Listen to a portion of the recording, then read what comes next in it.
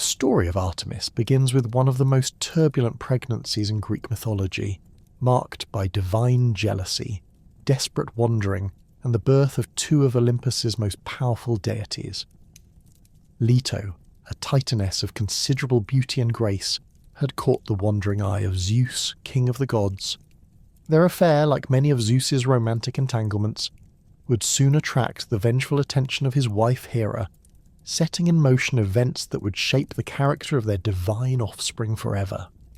When Hera discovered Leto's pregnancy, her fury knew no bounds. The queen of the gods unleashed her wrath not through direct violence, but through a far more insidious curse. She decreed that no land under the sun would offer Leto sanctuary to give birth, condemning the pregnant titaness to endless wandering across the Mediterranean world. This divine prohibition carried tremendous weight, as even the most remote islands and hidden valleys feared Hera's retribution should they defy her will.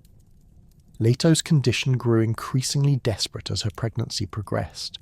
She wandered from land to land, her divine nature making her immortal, but not immune to suffering.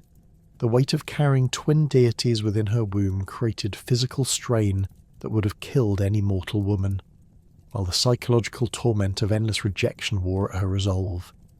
Cities turned her away at their gates, islands refused her landing, and even the wild places of the earth seemed to shrink from her presence under Hera's baleful influence. The solution came from an unexpected source. Delos, a small rocky island in the Cyclades, existed in a unique state that would prove crucial to Leto's salvation. Unlike other lands, Delos was not fixed to the Earth's foundation but floated freely upon the waves, anchored neither to the ocean floor nor to any permanent location. This floating nature meant that technically it was not land under the sun in the traditional sense that Hera's curse encompassed. The island, perhaps moved by pity for Leto's plight or recognizing the significance of what was about to occur, offered itself as sanctuary. Even then, Delos hesitated, understanding the magnitude of what hosting such a birth would entail. The island feared that once the divine twins were born, they might despise their humble birthplace and abandon it for grander locations. Leto, in her desperation and gratitude, swore a binding oath that her son Apollo would honour Delos above all other places and establish his most sacred oracle there. This promise secured the island's cooperation, and finally, after months of wandering, Leto found refuge. The birth itself was extraordinary even by divine standards. Leto's labour was prolonged and difficult, lasting 9 days and 9 nights. Hera had not only cursed the land, but had also prevented Eileithyia, the goddess of childbirth, from attending to Leto. Without divine assistance, the Titaness endured her ordeal alone, clinging to a palm tree that would become sacred on Delos.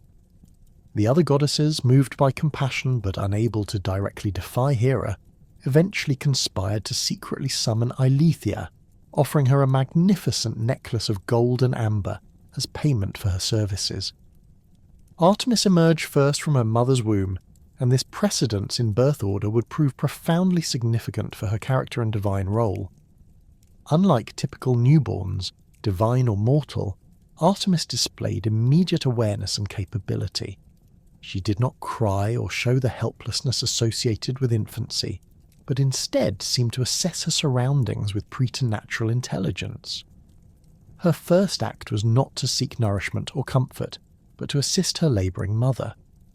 As Leto continued to struggle with the birth of her second child, Artemis transformed from newborn to midwife. Despite having just entered the world herself, she possessed instinctive knowledge of childbirth and healing. She cleaned herself, then turned her attention to her mother, offering comfort and practical assistance.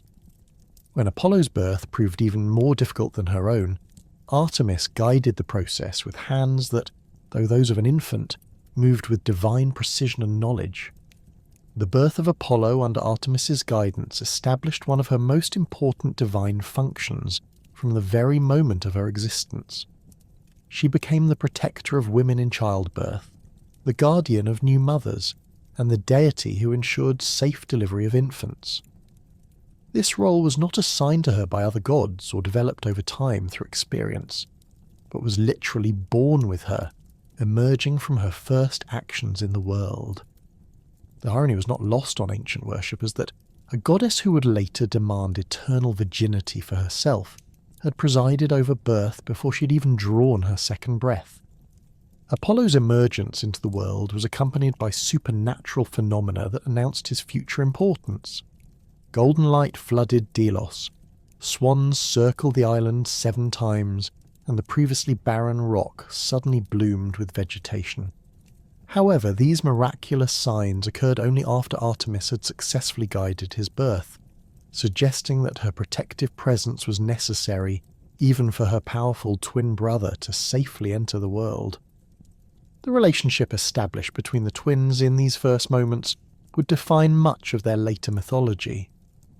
Artemis, despite being born only minutes before Apollo, immediately assumed a protective, almost maternal role toward him. This dynamic would persist throughout their divine careers, with Artemis often acting as Apollo's fierce defender and advocate, even when her own interests might suggest otherwise.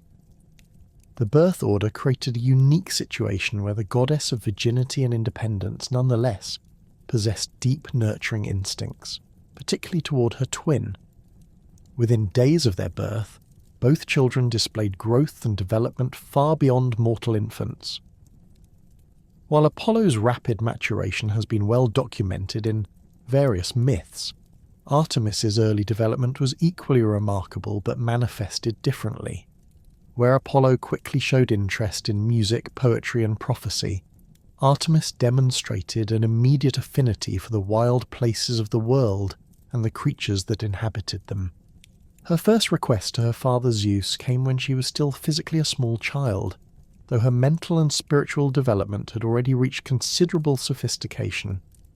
Rather than asking for toys or simple pleasures as a mortal child might, Artemis approached the king of the gods with a carefully considered petition that would shape her entire divine identity.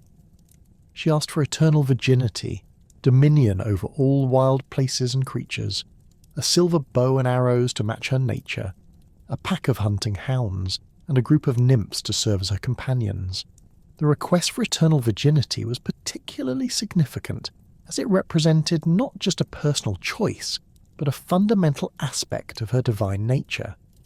Unlike other goddesses who might choose celibacy for periods or under specific circumstances, Artemis demanded this as an unchangeable aspect of her being. Zeus, recognizing both the wisdom and determination in his young daughter, granted all her requests, understanding that these were not whims but expressions of her true divine nature. The silver bow became one of Artemis's most recognizable attributes, crafted by the Cyclops with the same skill they brought to Zeus's thunderbolts and Poseidon's trident. The weapon was not merely a tool for hunting, but a symbol of her role as divine archer, capable of bringing both merciful death and terrible punishment. The arrows she would later wield could bring plague or peace, swift death to those who offended her, or gentle release to those who suffered. Her request for hunting hounds was fulfilled with a pack of magnificent beasts, each larger and swifter than any mortal hunting dog. These animals served not just as companions, but as extensions of her will, capable of tracking any quarry across vast distances and through any terrain. The hounds were said to have golden eyes and silver-tipped ears, marking them clearly as creatures of divine origin. The nymphs who joined Artemis's retinue came from various sources. Some were daughters of rivers, others were born from trees or mountains, and still others were minor goddesses who chose to serve the huntress rather than pursue independent divine careers. These companions would form the core of Artemis's band of hunters, sharing her commitment to virginity and her love of the wild. They served as both friends and followers, creating a unique divine community centered around their mistress's values and interests. Zeus's willingness to grant these requests reflected his recognition of Artemis's inherent nature and power.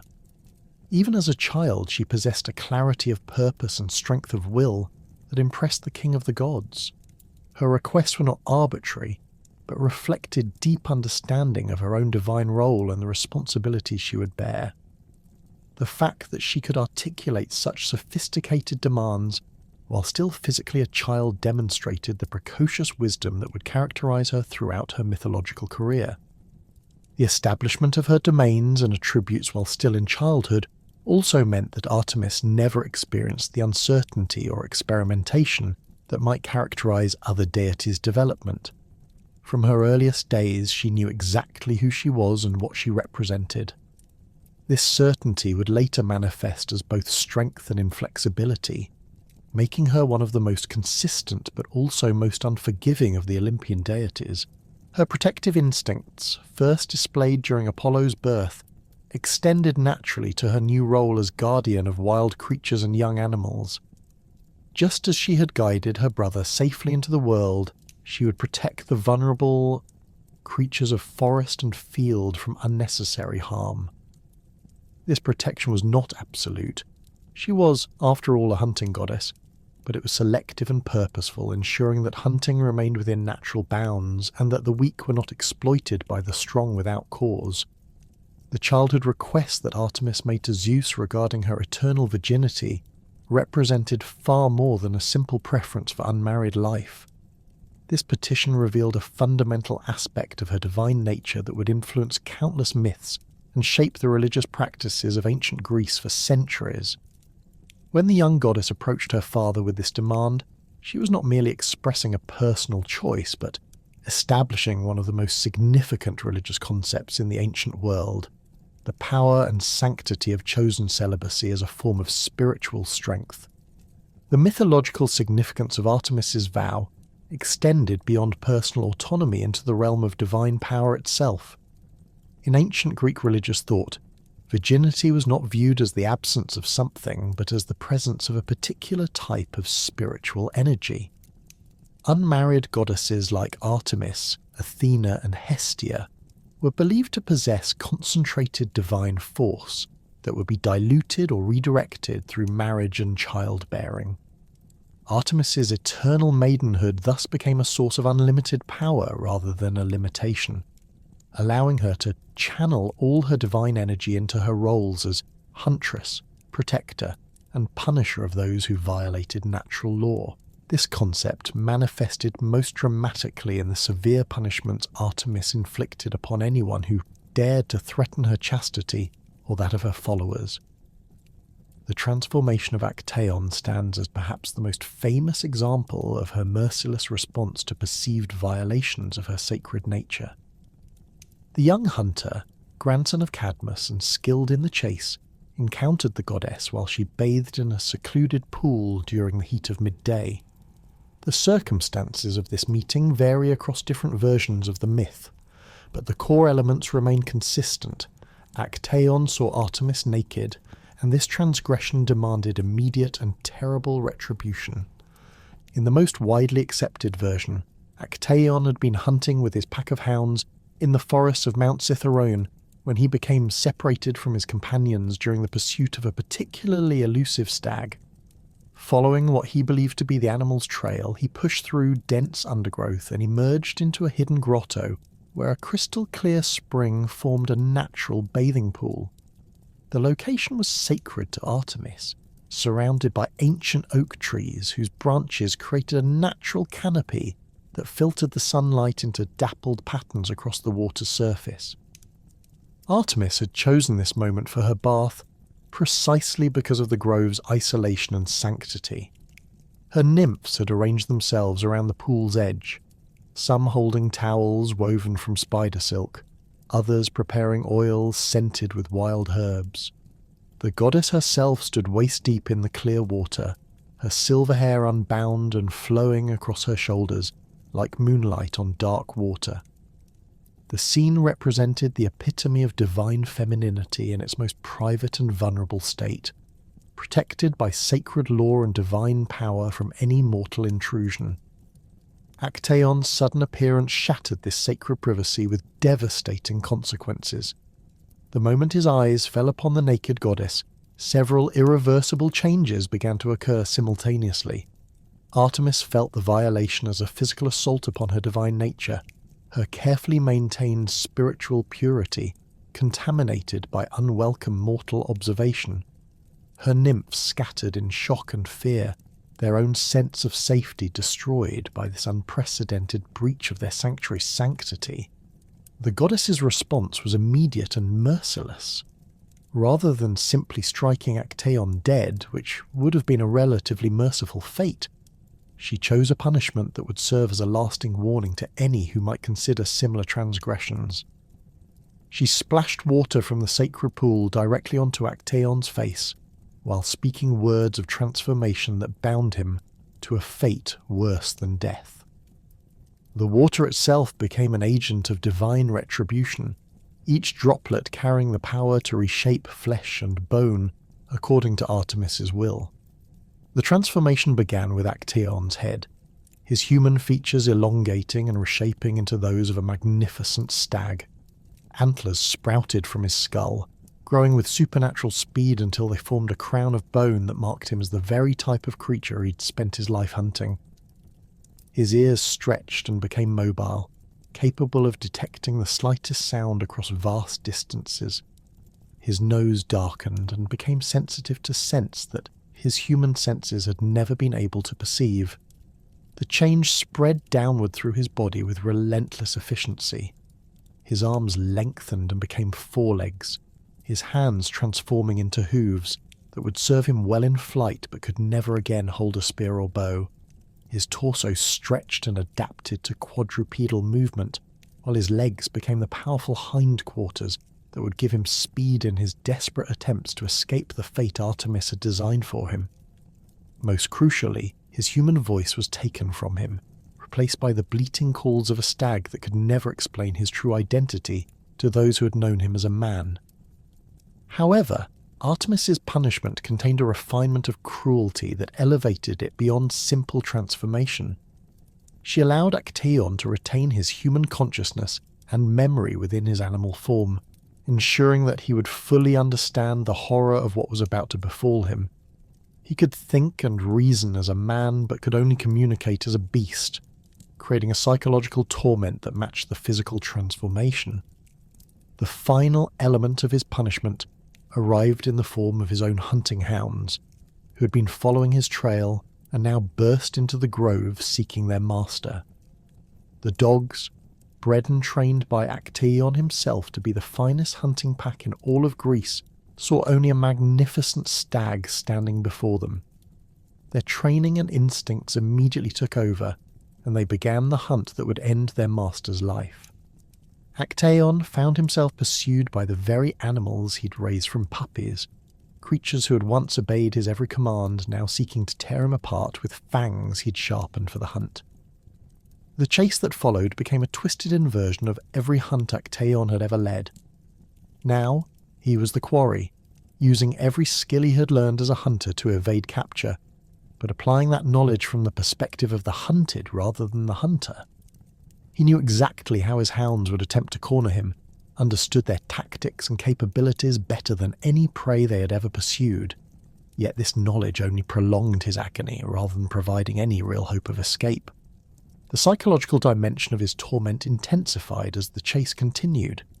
Each time he attempted to call out to his dogs, to somehow make them recognize their master's voice, only animal sounds emerged.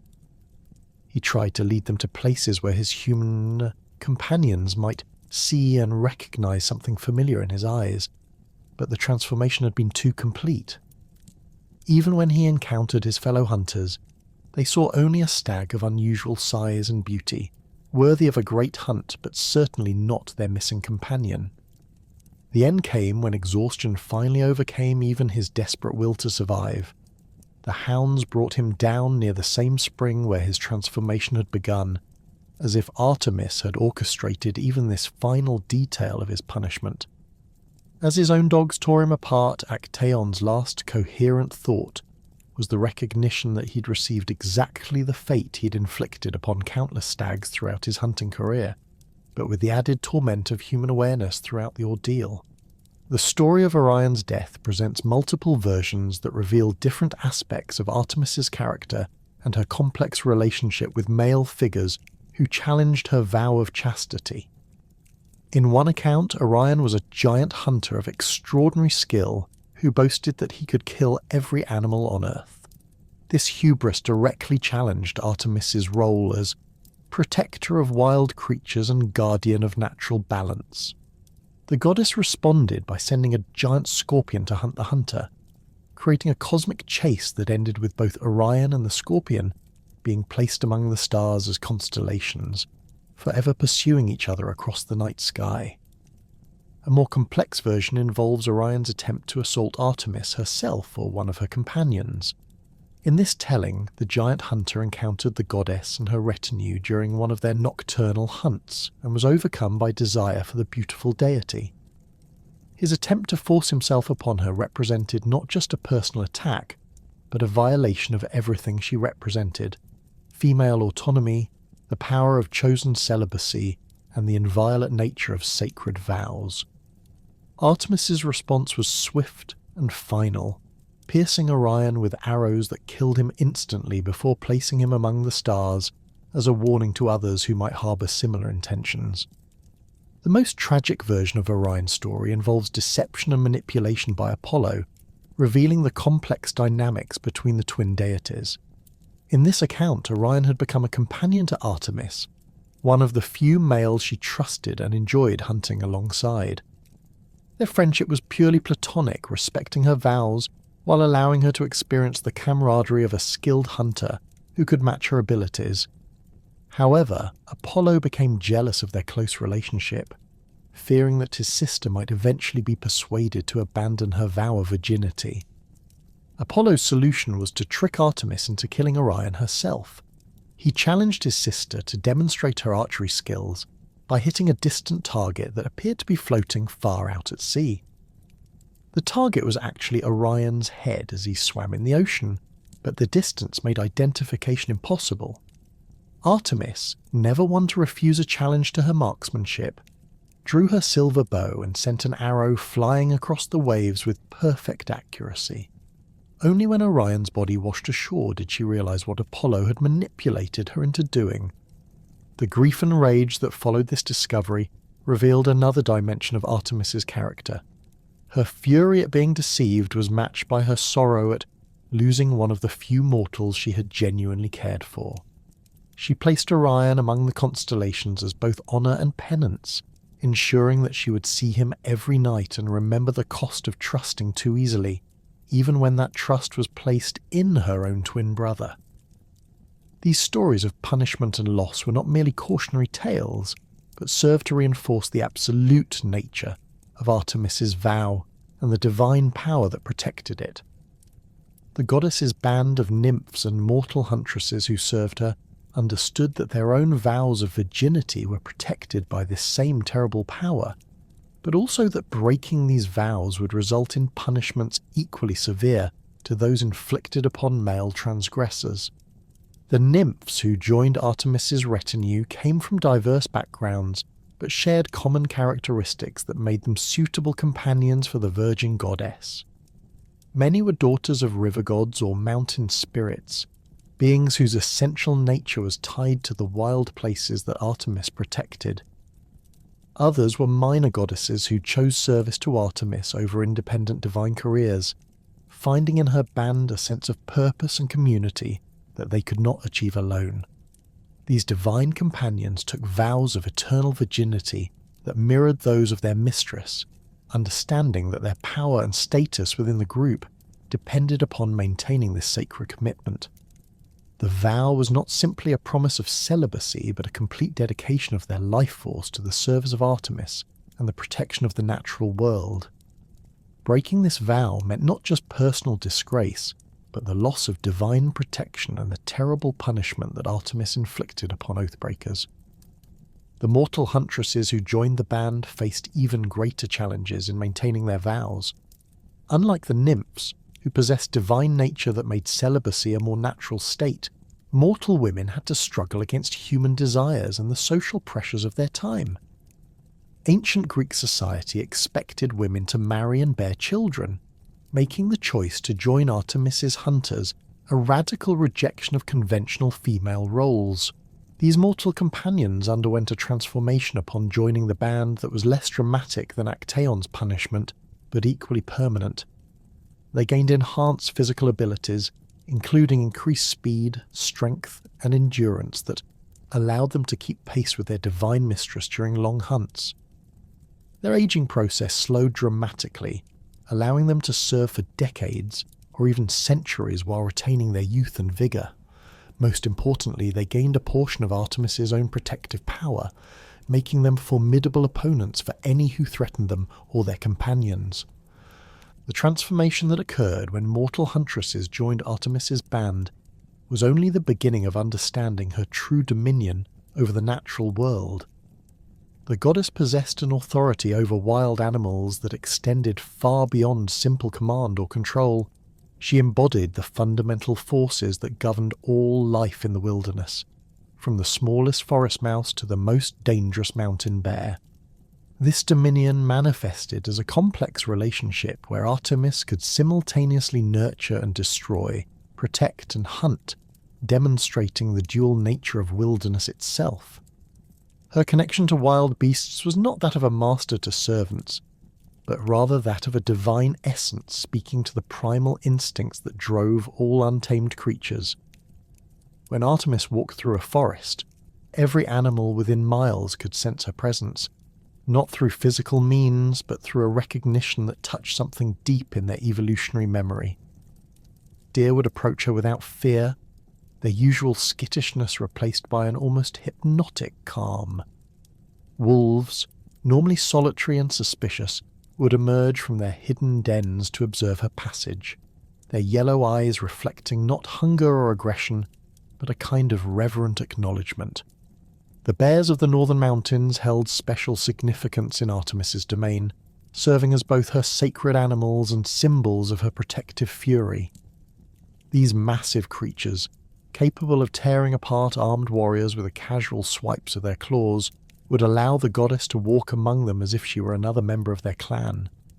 She could communicate with them through methods that transcended ordinary language, conveying complex instructions through combinations of gesture, scent, and what ancient worshippers described as direct transmission of divine will.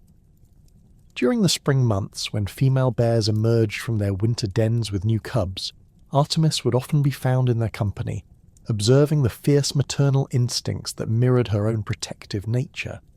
The sight of a mother bear defending her young resonated deeply with the goddess, representing the same savage dedication she felt towards her own followers and the wild places under her protection. These observations informed her understanding of when protective violence was not only justified but necessary, lessons she would apply when dealing with threats to her sacred domains. The seasonal rhythms that governed animal behavior were intimately connected to Artemis's own divine nature. During autumn, when many creatures prepared for winter by building fat reserves and seeking mates, the goddess would temporarily withdraw some of her protective influence, understanding that the natural cycle required both predation and death to maintain balance. This withdrawal was not abandonment, but a recognition that survival depended upon the strong consuming the weak, the healthy outlasting the sick, and the clever evading the powerful. However, even during these periods of reduced protection, Artemis maintained strict oversight of how hunting occurred within her territories. She could sense immediately when hunters violated the unwritten laws that governed ethical pursuit of game, distinguishing between those who hunted for genuine need and those driven by sport, greed, or simple bloodlust. The difference was not always obvious to mortal observers, but to the goddess, the motivations of every hunter blazed as clearly as torchlight in darkness. The sacred protocols that governed hunting in Artemis's name developed over centuries of interaction between her worshippers and the natural world, refined through countless encounters where improper behavior resulted in divine punishment. These rituals began before the hunt itself, with offerings that demonstrated respect for both the goddess and the animals that would be pursued. The most common offerings included honey cakes shaped like the intended prey, wine mixed with spring water from sources sacred to Artemis, and small silver arrows that symbolized the hunter's acknowledgement that all successful kills ultimately came through her divine favor. The timing of these offerings was crucial, as Artemis demanded that hunters approach her during specific phases of the moon that corresponded to her own divine nature. The new moon, when her brother Apollo's influence was weakest and darkness dominated the sky, was considered the most propitious time for requesting permission to hunt dangerous predators like wolves or bears. The full moon, when her silver light illuminated the entire landscape, was reserved for hunting deer and other creatures that move primarily during daylight hours. The location where offerings were made required careful consideration, as not all places held equal significance in Artemis's eyes. Natural clearings where multiple game trails converged were considered especially sacred, representing the crossroads where different aspects of the wild world intersected. Springs that never froze, even during the harshest winters, were believed to be direct connections to the goddess's divine essence. Ancient oak trees, particularly those that showed signs of lightning strikes but had survived, were thought to be marked by her presence and suitable for the most important ritual communications. The actual process of making offerings involved specific gestures and words that had been passed down through generations of hunters, though the exact formulations varied between different regions and cultures. The hunter would typically approach the sacred site alone, having purified themselves through fasting and ritual bathing. The offerings would be arranged in patterns that mimicked animal tracks, with the honey cakes placed at the centre to represent the prey, surrounded by the silver arrows to symbolize the hunt itself, and the wine mixture poured in a circle around the entire arrangement to create a boundary between the sacred and mundane worlds. The words spoken during these rituals were not prayers in the conventional sense, but rather formal requests that acknowledged Artemis's absolute authority over the outcome of any hunt. The hunter would recite their genuine need for the animal they intended to pursue, whether for food, clothing, or protection of their community from dangerous predators. They would promise to use every part of any animal they killed, wasting nothing and showing proper respect for the life they were taking. Most importantly, they would pledge to hunt only what they truly needed, taking no more than was necessary for their stated purpose. Seasonal restrictions on hunting were among the most strictly enforced aspects of Artemis's sacred laws, with violations resulting in punishments that could extend far beyond the individual transgressor to affect their entire community. During the spring months, when most animals were bearing young, hunting was forbidden except in cases of immediate threat to human life.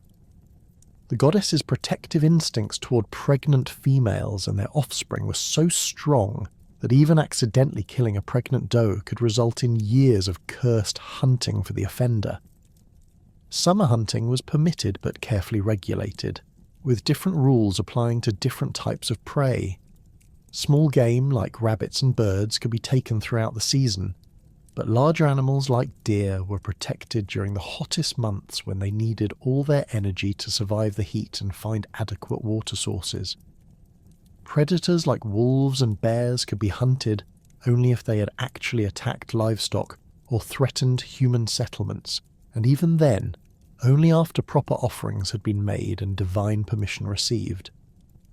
The autumn hunting season represented the time of greatest freedom for hunters, as Artemis recognized that both humans and animals needed to prepare for winter's hardships.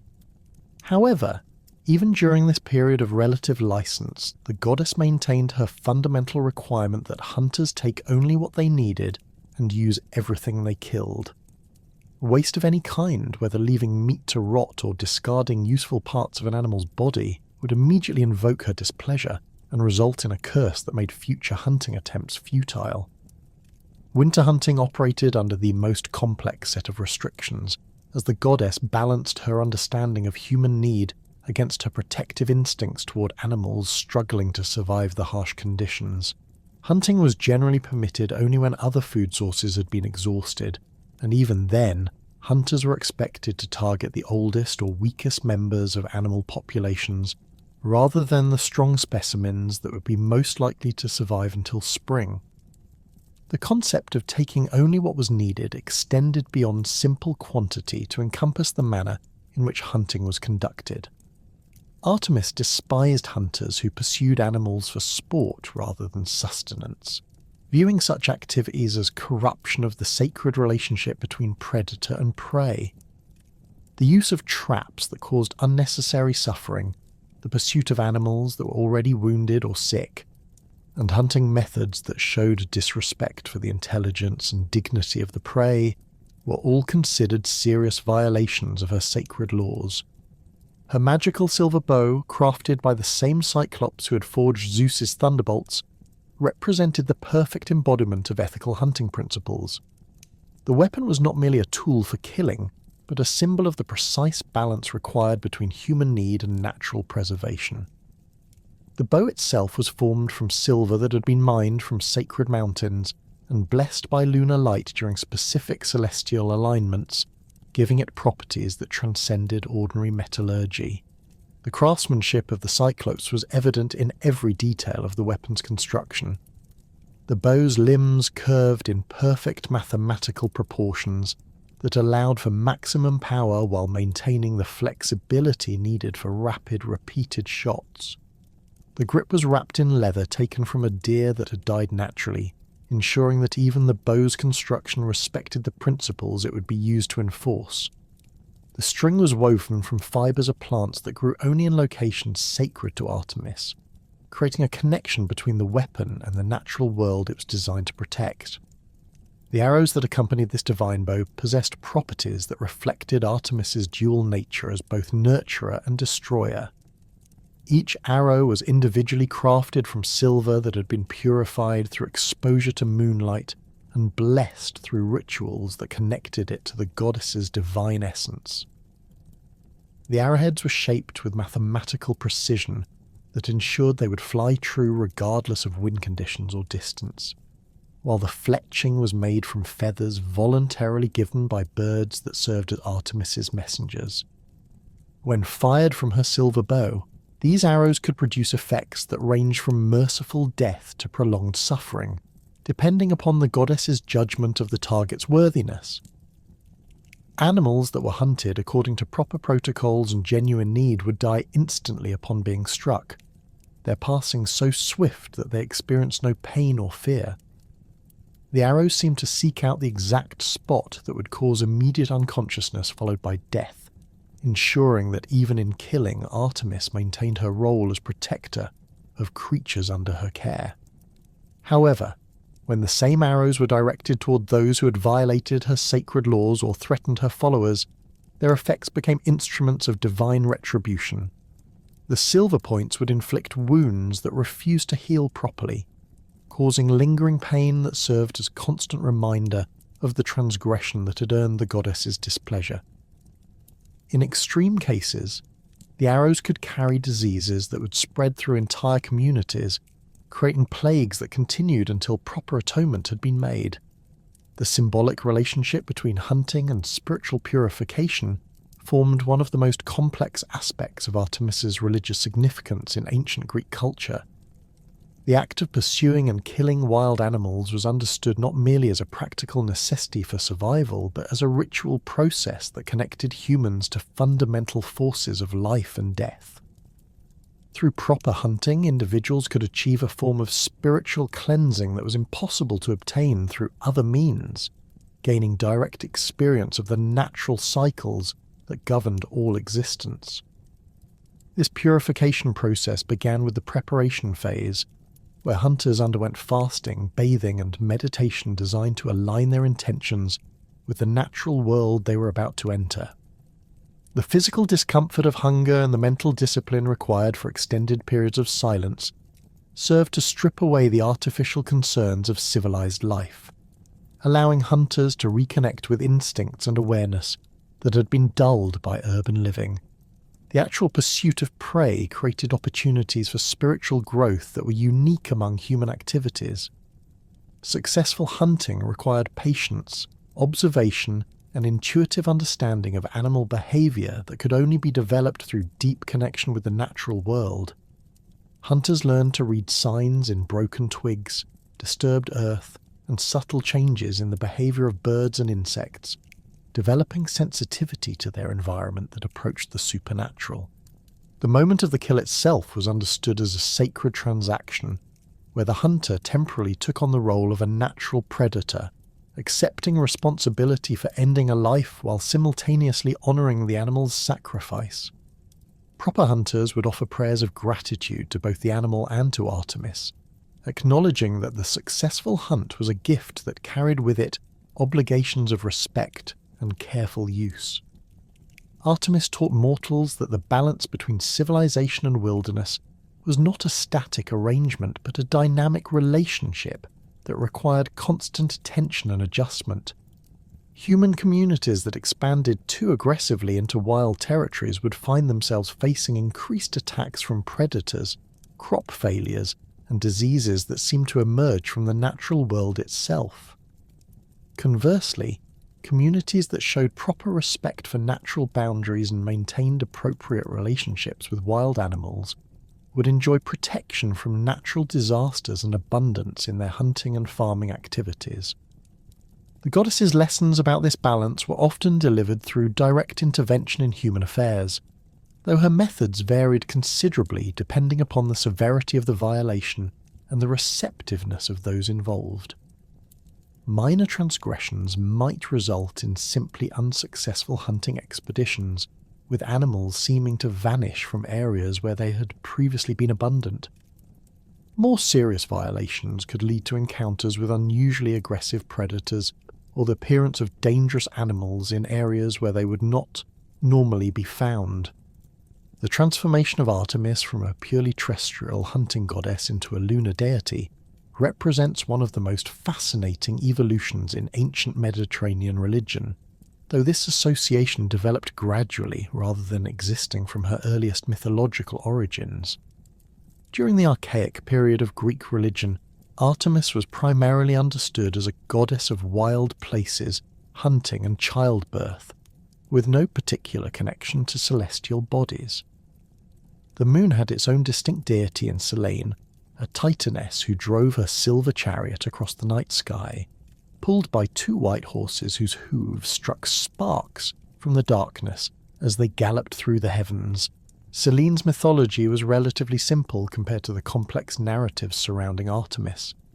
The moon goddess was primarily known for her passionate love affair with the shepherd Endymion, whom she visited each night as he slept in eternal slumber on Mount Latmus. This romantic aspect of lunar worship stood in stark contrast to Artemis's fierce virginity and rejection of all romantic entanglements. The two goddesses operated in completely separate spheres of divine influence, with Selene governing the moon's phases and tides, while Artemis ruled over terrestrial wilderness and the creatures that inhabited it. The gradual merger of these distinct divine personalities began during the classical period, as Greek religious thought became more sophisticated and began seeking connections between different aspects of the natural world. Philosophers and theologians noticed that many of Artemis's sacred animals were nocturnal creatures, and that her most important festivals often took place during specific lunar phases. The silver bow that had been crafted for her by the Cyclops seemed to echo the silver light of the moon, while her role as protector of women in childbirth aligned with ancient beliefs about lunar influence on reproductive cycles. The connection between lunar phases and feminine biology provided one of the strongest links between Artemis and moon worship. Ancient Greek physicians and midwives had long observed that women's menstrual cycles often synchronized with lunar phases, leading to theories about celestial influence on reproductive health. Artemis's role as divine midwife, established at her own birth when she assisted in delivering Apollo, made her a natural candidate for incorporation into these lunar theories of feminine physiology. Women seeking Artemis's protection during childbirth began timing their prayers and offerings to coincide with specific moon phases, believing that her power was strongest when lunar and divine influences aligned. The new moon was considered particularly auspicious for women hoping to conceive, as the darkness was thought to provide protection from evil influences that might harm developing life. the full moon became associated with actual birth, when Artemis's silver light was believed to guide both mother and child safely through the dangerous transition from womb to world. These practices gradually expanded beyond childbirth to encompass other aspects of women's lives that seemed to follow cyclical patterns. Young women approaching marriage age would seek Artemis's guidance during the waxing moon, asking for wisdom in choosing appropriate husbands and strength to maintain their virtue until their wedding night. Older women experiencing the end of their reproductive years would pray to her during the waning moon, requesting peaceful transitions and continued health as their body changed. The goddess's nocturnal hunting expeditions took on new significance as her lunar associations developed. Stories began circulating about hunters who claimed to have seen Artemis leading her pack of silver-eyed hounds across moonlit landscapes, her divine radiance blending with natural moonlight, until observers could not distinguish between celestial and divine illumination. These accounts describe the goddess as appearing taller and more luminous during her night hunts, as if she drew additional power from the moon's presence in the sky.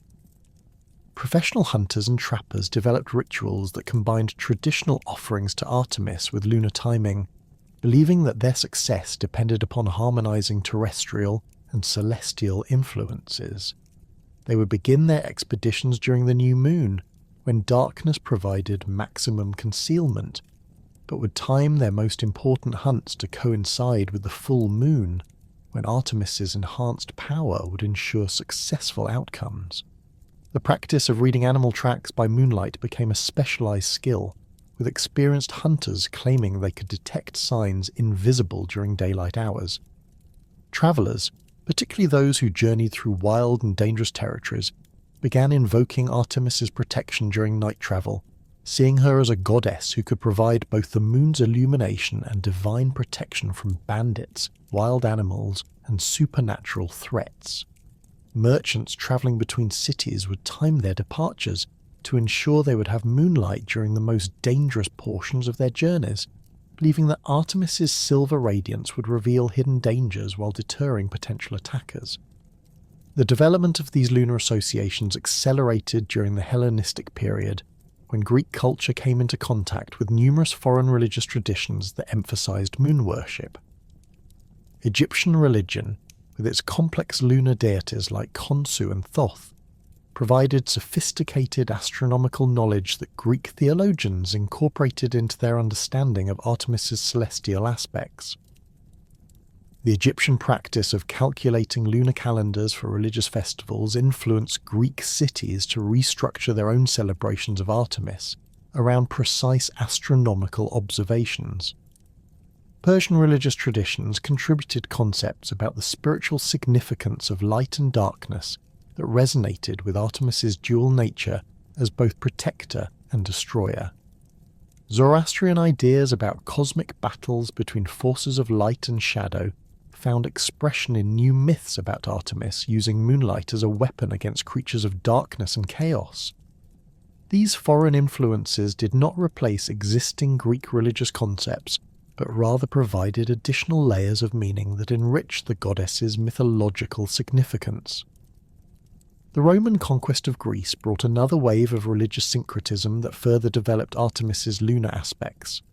The Romans identified her with their own goddess Diana, who had stronger pre-existing connections to moon worship through her association with the Italian goddess Luna.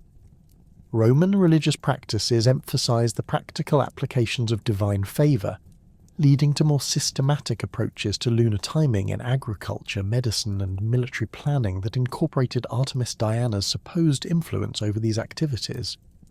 Roman military commanders began consulting lunar calendars when planning campaigns, believing that Artemis Diana's favor was essential for night operations and forest warfare. The goddess's reputation for fierce protection of her followers made her particularly appealing to soldiers operating in hostile territory, while her association with accurate archery resonated with military units that relied heavily on missile weapons. Roman engineers even designed siege equipment with silver decorations intended to invoke her blessing on their mechanical precision. The incorporation of local moon goddesses from conquered territories created regional variations in Artemis worship that reflected different cultural approaches to lunar religion. In Asia Minor, her cult absorbed elements from the Anatolian goddess Cybele, resulting in more elaborate nocturnal ceremonies that emphasized the moon's role in agricultural fertility. Celtic regions contributed beliefs about lunar influence on animal behavior that expanded Artemis's role as mistress of wild beasts to include supernatural control over creatures that were active only during specific moon phases. These regional variations produced different iconographic representations of the goddess that emphasized various aspects of her lunar nature.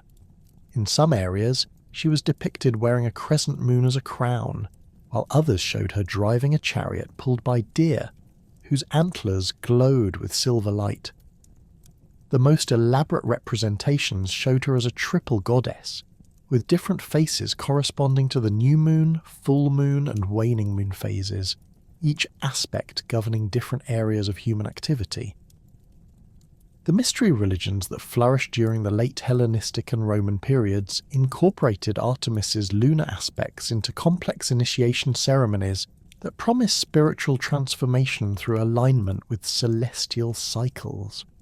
These secret societies taught that understanding the moon's influence on earthly affairs was essential for achieving wisdom and personal power, with Artemis serving as the divine guide who could reveal these hidden connections to properly prepared initiates.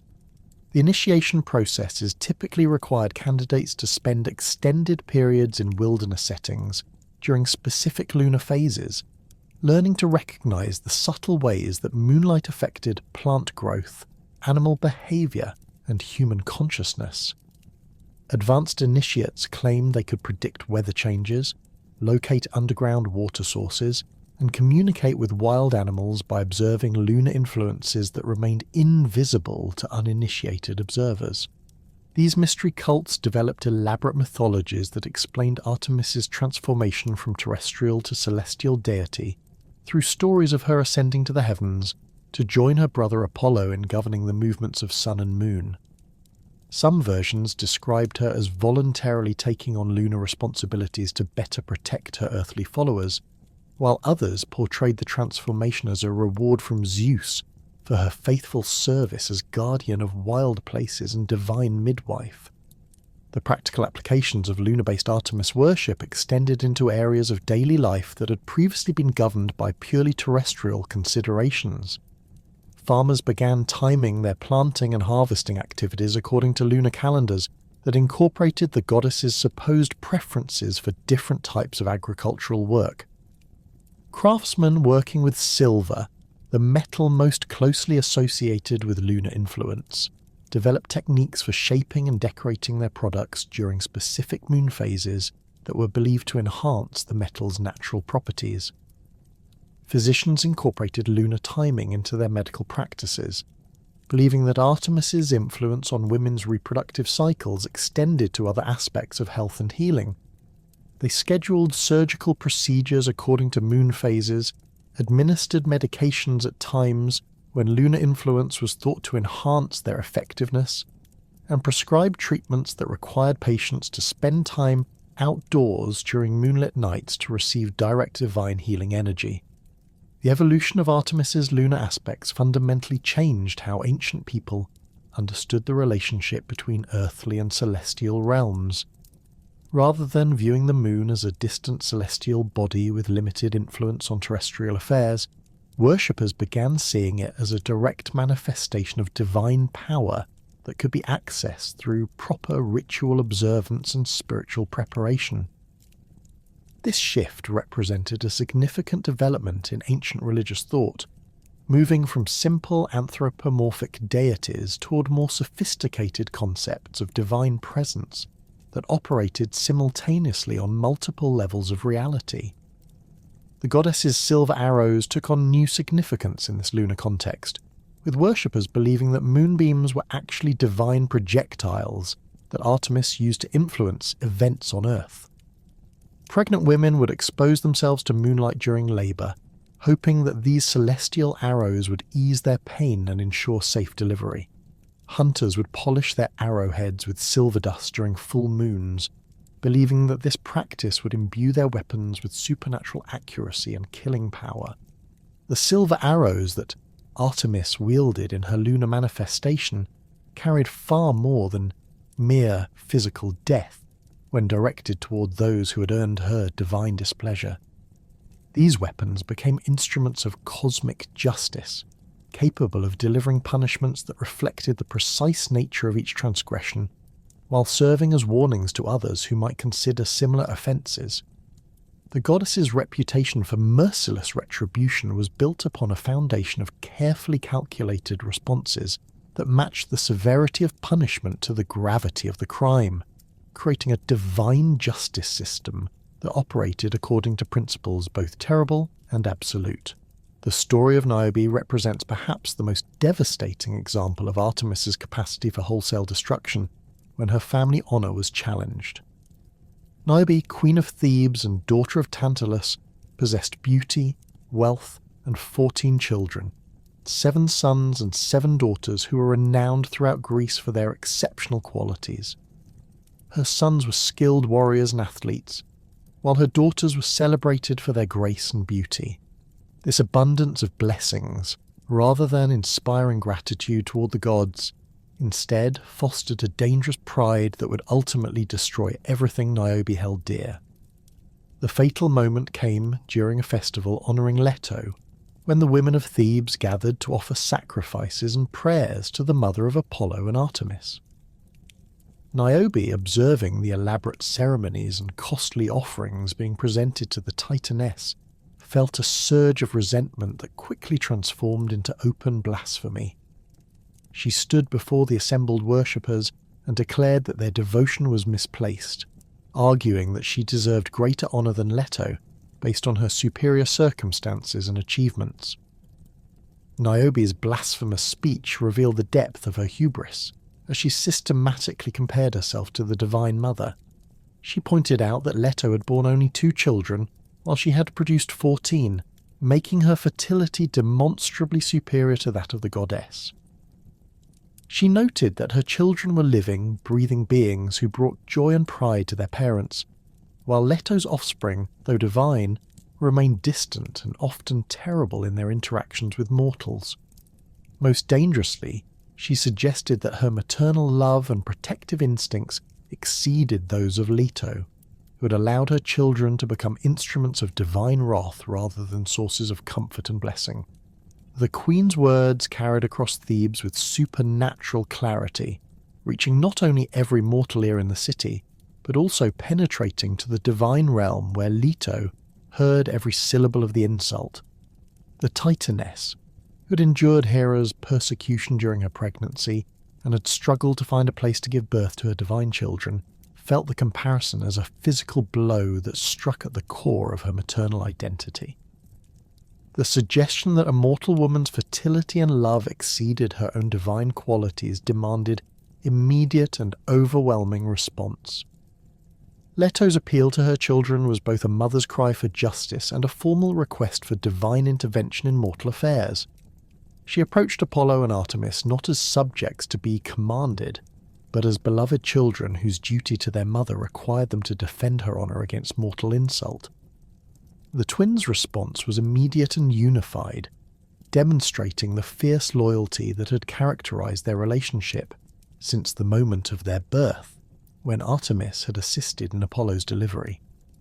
The divine siblings descended upon Thebes like a plague made manifest, their silver bows gleaming with deadly purpose as they took positions that would allow them to systematically destroy Niobe's family.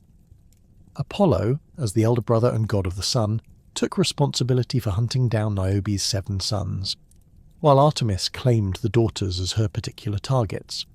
This division of labour reflected both their respective domains and their understanding that the punishment must be complete and balanced to properly address the magnitude of Niobe's offence. The slaughter began at dawn, when Niobe's sons were engaged in athletic exercises outside the city walls. The young men were practicing javelin throwing, wrestling and chariot racing, their bodies gleaming with oil and sweat as they competed with the casual confidence of those who had never known defeat or loss. Apollo's arrows struck them down one by one, each shot precisely calculated to cause maximum psychological impact on their mother while ensuring that the victims died instantly without prolonged suffering. The first son fell while in mid-throw, his javelin still sailing through the air as Apollo's arrow pierced his heart. The second collapsed during a wrestling match, his opponent suddenly finding himself grappling with a corpse as divine silver found its mark. The third died while driving his chariot at full speed, causing a spectacular crash that killed his horses and scattered his equipment across the practice field. Each death was visible from the city walls, ensuring that news of the divine punishment reached Niobe with devastating swiftness.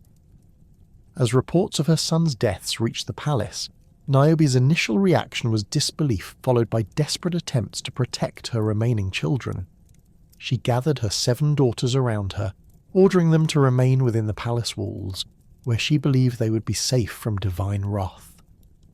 The young women, ranging in age from barely adolescent to marriage-ready, huddled together in their mother's chambers, their earlier pride in their beauty and accomplishments replaced by terror as they realized they were targets in a divine hunt. Artemis approached the palace with the patient deliberation of an experienced huntress who understood that cornered prey often made desperate and dangerous moves. She positioned herself where her arrows could reach any part of the building, then began her methodical destruction of Niobe's daughters. The goddess's shots penetrated stone walls and bronze doors as if they were mere cloth, demonstrating that no mortal construction could provide protection from divine retribution. The daughters died in order of age, with Artemis selecting each target according to principles that maximized the psychological torture of their mother. The eldest fell while attempting to comfort her younger sister, Apollo's arrow passing through her body to strike the child she was protecting. The second daughter died while praying at the family altar, her appeals to various gods cut short by silver death.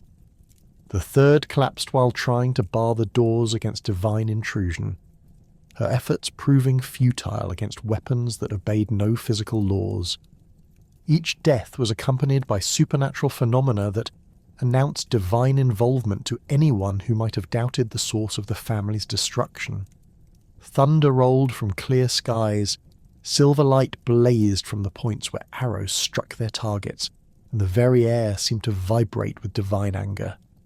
These manifestations ensured that every inhabitant of Thebes understood they were witnessing divine justice rather than mere mortal violence or natural disaster. Niobe's transformation from proud queen to grief-stricken mother occurred with devastating speed as she watched her children die one by one. Her earlier boasts about superior fertility and maternal love became sources of unbearable irony, as she realized that her abundance of children had simply provided more targets for divine wrath.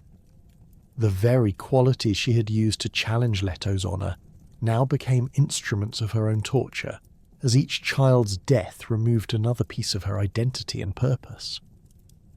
The final daughter's death occurred in Niobe's own arms, as the terrified girl sought her mother's protection in the moments before Artemis's arrow found its mark. This last killing was deliberately designed to demonstrate the futility of mortal love against divine anger, showing that even the strongest maternal instincts could not shield children from the consequences of their parents' hubris. Niobe's attempts to cover her daughter's body with her own proved useless against arrows that could penetrate any defense. The aftermath of the massacre left Niobe alone among the corpses of her 14 children, her palace transformed from a symbol of prosperity and divine favor into a charnel house that testified to the dangers of challenging the gods. The queen's grief was so profound that it transcended normal human emotion, becoming a force of nature that affected the physical world around her. Her tears flowed so continuously that they formed streams. Her wails of anguish could be heard throughout Thebes, and her body began to undergo a transformation that reflected the magnitude of her loss. The metamorphosis that concluded Niobe's punishment was both merciful and terrible, providing an end to her unbearable suffering while ensuring that her fate would serve as a permanent warning to others. Her body gradually hardened into stone, beginning with her feet and slowly progressing upward as her human flesh transformed into marble. Her tears continued to flow even as her eyes became stone, creating permanent streams that would flow from the rock formation for centuries to come. The stone Niobe was transported to Mount Sipylus in Lydia, where it became a landmark known throughout the ancient world for its supernatural properties. Travellers reported that the rock formation clearly resembled a weeping woman, and that water continuously flowed from the areas corresponding to her eyes, regardless of weather conditions. The streams that emerged from the stone were said to taste of salt, as if they were indeed tears rather than ordinary spring water. The transformation of Actaeon represented a different category of divine punishment, one that addressed violations of sacred privacy rather than direct challenges to divine honour. The young hunter's fate illustrated Artemis's absolute intolerance for any compromise of her virginal nature, even when such compromise occurred through accident rather than deliberate transgression. The goddess's response to his inadvertent observation of her bathing demonstrated that divine justice operated according to strict liability principles that made intent irrelevant when sacred boundaries were crossed. Actaeon's background made his eventual fate particularly tragic, as he represented the ideal of mortal excellence that should have earned divine favour rather than punishment. He was the grandson of Cadmus, founder of Thebes, and had been trained in hunting by the centaur Chiron, the same divine teacher who had instructed heroes like Achilles and Jason. His skill with bow and spear was legendary throughout Greece, and his pack of hunting hounds was considered the finest ever assembled by mortal hands. The circumstances of his transgression began during a particularly successful hunting expedition in the forests surrounding Mount Cithaeron, a region sacred to various deities but not explicitly forbidden to mortal hunters who observed proper protocols. Actaeon had been pursuing a magnificent stag whose tracks suggested it was the largest specimen ever seen in those woods, and his excitement at the prospect of such a trophy had made him careless about observing the ritual precautions that experienced hunters normally followed when entering unfamiliar territory. The chase led him away from his companions and deeper into sections of the forest that showed signs of divine presence, trees that grew in unnaturally perfect formations, springs that flowed uphill, and clearings where the grass grew in patterns that seemed too regular to be natural. These warning signs should have alerted Actaeon to the sacred nature of the area, but his focus on the stag he was pursuing blinded him to the supernatural indicators that surrounded him. The grotto where he encountered Artemis was a natural amphitheatre formed by ancient geological processes that had carved a circular depression into the mountainside, surrounded by towering cliffs that created perfect privacy for the goddess's bathing rituals. The spring that fed the bathing pool emerged from deep underground sources that had never been touched by surface contamination, creating water of supernatural purity that was essential for Artemis's ritual cleansing after her hunts. Artemis had chosen this location specifically because its isolation and natural defences made mortal intrusion virtually impossible under normal circumstances.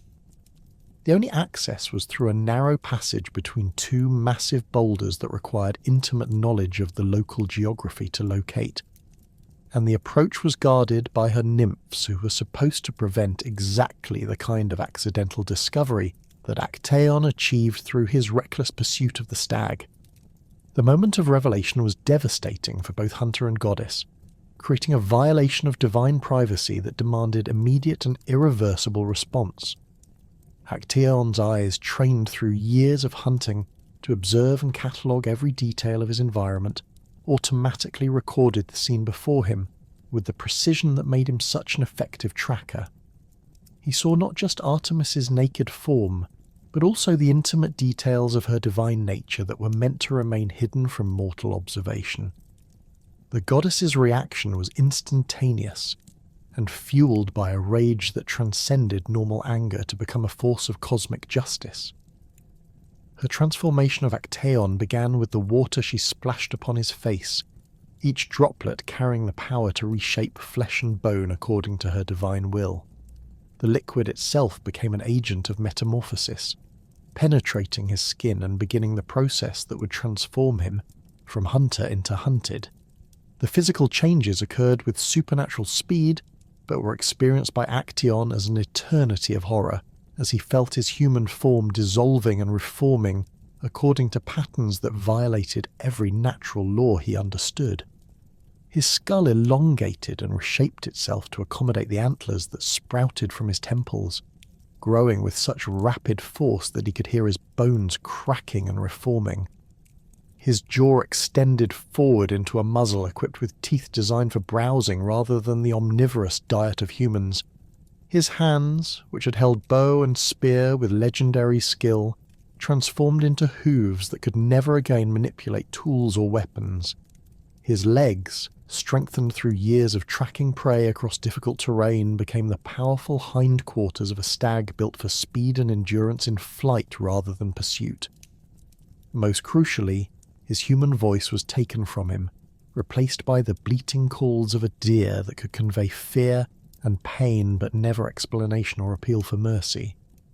The retention of his human consciousness within his transformed body represented the cruelest aspect of Artemis's punishment, ensuring that Actaeon would fully understand the horror of what was about to befall him. He could think and reason as a man but could only communicate as an animal, creating a psychological torment that matched the physical transformation. His attempts to speak produced only the sounds that his new vocal cords were capable of making, further emphasizing his complete helplessness in the face of divine wrath.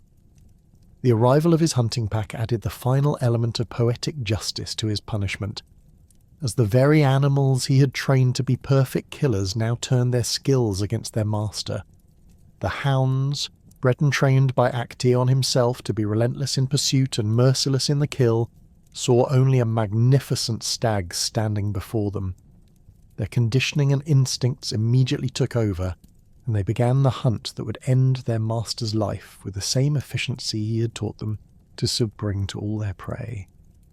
The chase that followed became a twisted inversion of every hunt Actaeon had ever led, with him now experiencing terror and desperation from the perspective of the quarry rather than the hunter. His intimate knowledge of his hound's capabilities and tactics, which should have given him advantages in evading them, instead prolonged his agony by allowing him to anticipate their moves and understand exactly how hopeless his situation had become. The transformation of Actaeon reached its horrific conclusion as his own hunting pack tore him apart near the very spring where his fate had been sealed. But this tale of divine punishment represents only one facet of Artemis's complex relationships with mortals who dared to approach too closely to her sacred person. The goddess's capacity for both devastating wrath and unexpected tenderness created a pattern of tragic connections that would define some of the most poignant stories in Greek mythology, revealing the fundamental impossibility of bridging the gap between divine and mortal existence.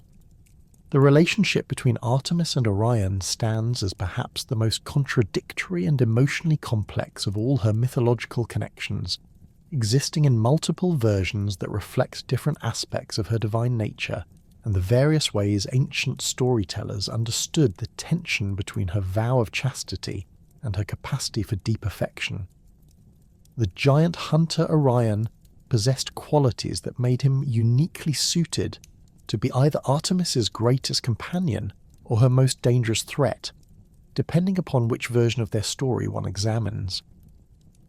In the most tragic telling of their relationship, Orion began as the one mortal who had genuinely earned Artemis's trust and friendship without threatening her sacred vows. Born of divine parentage, some accounts make him the son of Poseidon, others claim he emerged from the earth itself when the gods urinated upon a bull's hide. Orion possessed supernatural size and strength that allowed him to hunt the most dangerous creatures without fear. His height was said to exceed that of any mortal man, allowing him to wade through seas that would drown ordinary humans, while his strength permitted him to wrestle with lions and bears using only his bare hands. More importantly for his relationship with Artemis, Orion demonstrated a hunting philosophy that aligned perfectly with her own principles regarding the proper treatment of wild creatures. He hunted only when necessary, used every part of the animals he killed, and showed particular skill in tracking and killing predators that threatened human settlements. His reputation for protecting villages from dangerous beasts while avoiding unnecessary slaughter of harmless creatures caught the goddess's attention and eventually earned her respect. The hunting partnership developed gradually, beginning with chance encounters in remote wilderness areas where both were pursuing the same dangerous quarry. Artemis, initially suspicious of any male who dared to hunt in her sacred territories, observed Orion's methods carefully before concluding that his presence enhanced rather than threatened the natural balance she sought to maintain. His ability to track wounded animals and ensure clean kills impressed her, while his respectful distance from her person demonstrated understanding of her inviolate nature. The friendship that grew between them represented something unprecedented in Artemis's experience, a relationship with a male that involved genuine companionship without romantic complications.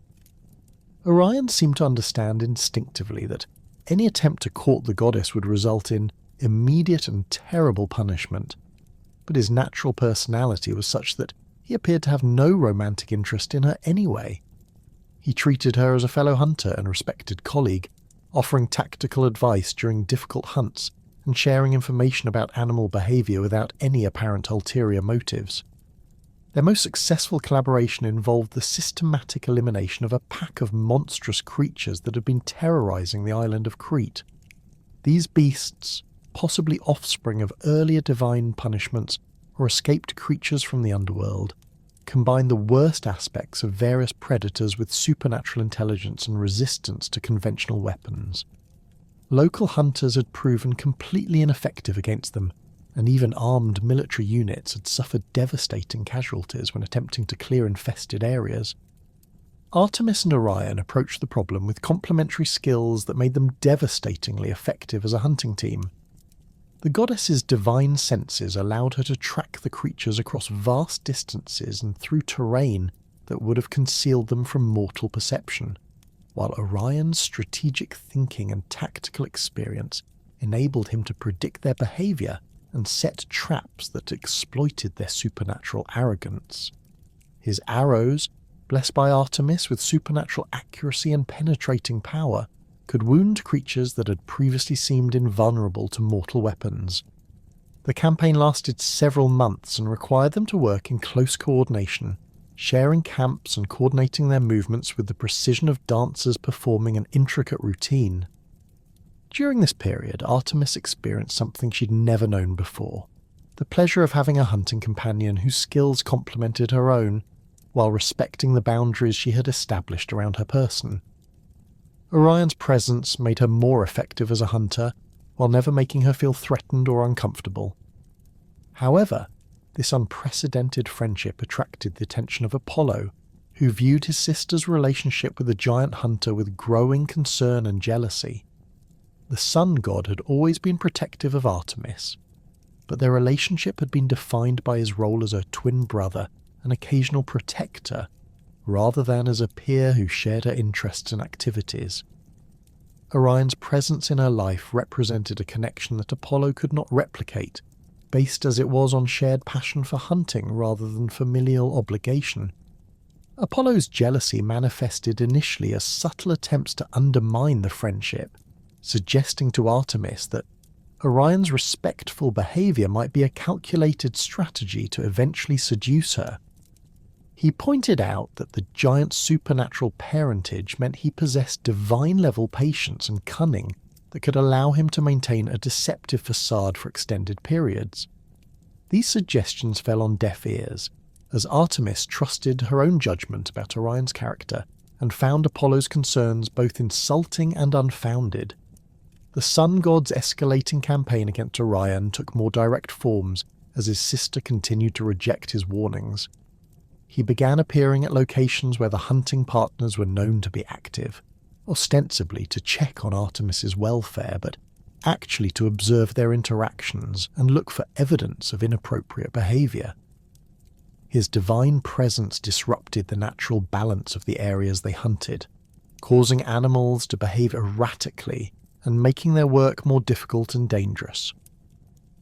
Apollo's most insidious tactic involved spreading rumours among other deities about the true nature of Artemis's relationship with Orion, suggesting that her famous vow of chastity was being compromised by her friendship with the giant hunter. These whispers reached Hera, who had her own reasons for wanting to see Artemis embarrassed or punished, and soon a significant portion of the divine community was watching the goddess's behaviour with suspicious interest. The pressure from these divine observers began to affect Artemis's relationship with Orion in subtle but significant ways. She became more self-conscious about their interactions, maintaining greater physical distance and avoiding the casual touches that had previously characterized their partnership. Her responses to his suggestions became more formal and less collaborative, as she struggled to balance her genuine affection for his company against the need to demonstrate her continued commitment to her sacred vows. Orion, lacking divine insight into the political pressures affecting his hunting partner, interpreted these changes as signs that he had somehow offended her, or overstepped boundaries he had not realized existed. His attempts to address the situation through direct conversation were frustrated by Artemis's inability to explain the divine politics that were influencing her behavior, leading to misunderstandings that gradually eroded the easy companionship they had previously enjoyed. The tragic conclusion to their relationship came through Apollo's final and most devastating manipulation, though the exact details vary depending upon which version of the story one follows. In the most commonly accepted account, Apollo challenged Artemis to demonstrate her legendary archery skills by hitting a distant target that appeared to be floating far out at sea. The challenge was presented as a casual test of marksmanship between siblings, with Apollo suggesting that recent rumours about her abilities had made him curious to see whether she could still make the impossible shots that had built her reputation. The target Apollo indicated was barely visible from their vantage point, on a high cliff overlooking the ocean, appearing as nothing more than a dark speck bobbing among the waves. Artemis, never one to refuse a challenge to her skills and eager to demonstrate that her friendship with Orion had not affected her divine capabilities, drew her silver bow and took careful aim. The shot required compensation for wind, distance, and the movement of both target and archer, representing exactly the type of impossible marksmanship that had made her famous among both mortals and gods. Her arrow flew with perfect accuracy across the vast distance, striking the target with the precision that had characterized her shooting since childhood. Only when the object began floating towards shore did the horrible truth become apparent. The target had been Orion's head as he swam in the distant waters, his dark hair making him appear as nothing more than a piece of floating debris from their elevated position. Apollo's manipulation had succeeded in tricking Artemis into killing the one mortal she genuinely cared for, using her own legendary skills as the instrument of destruction. The discovery of Orion's body when it washed ashore created a grief in Artemis that was unlike anything she'd previously experienced. Her rage at Apollo's deception was matched by her anguish at losing the companion who had made her feel less isolated in her divine existence.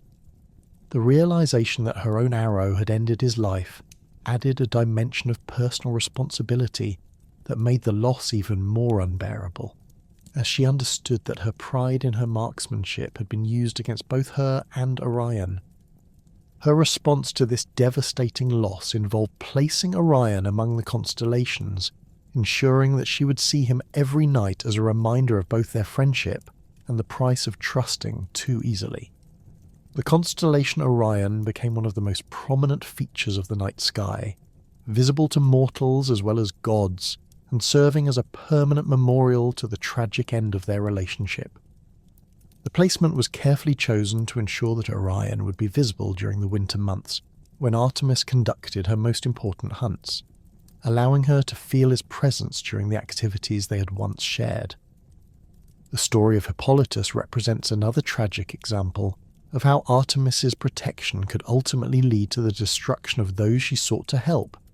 though in this case the threat came from Aphrodite rather than Apollo. Hippolytus, son of the hero Theseus and the Amazon queen Hippolyta, had inherited his mother's fierce independence and natural affinity for the hunt, making him an ideal candidate for service to Artemis despite his male gender.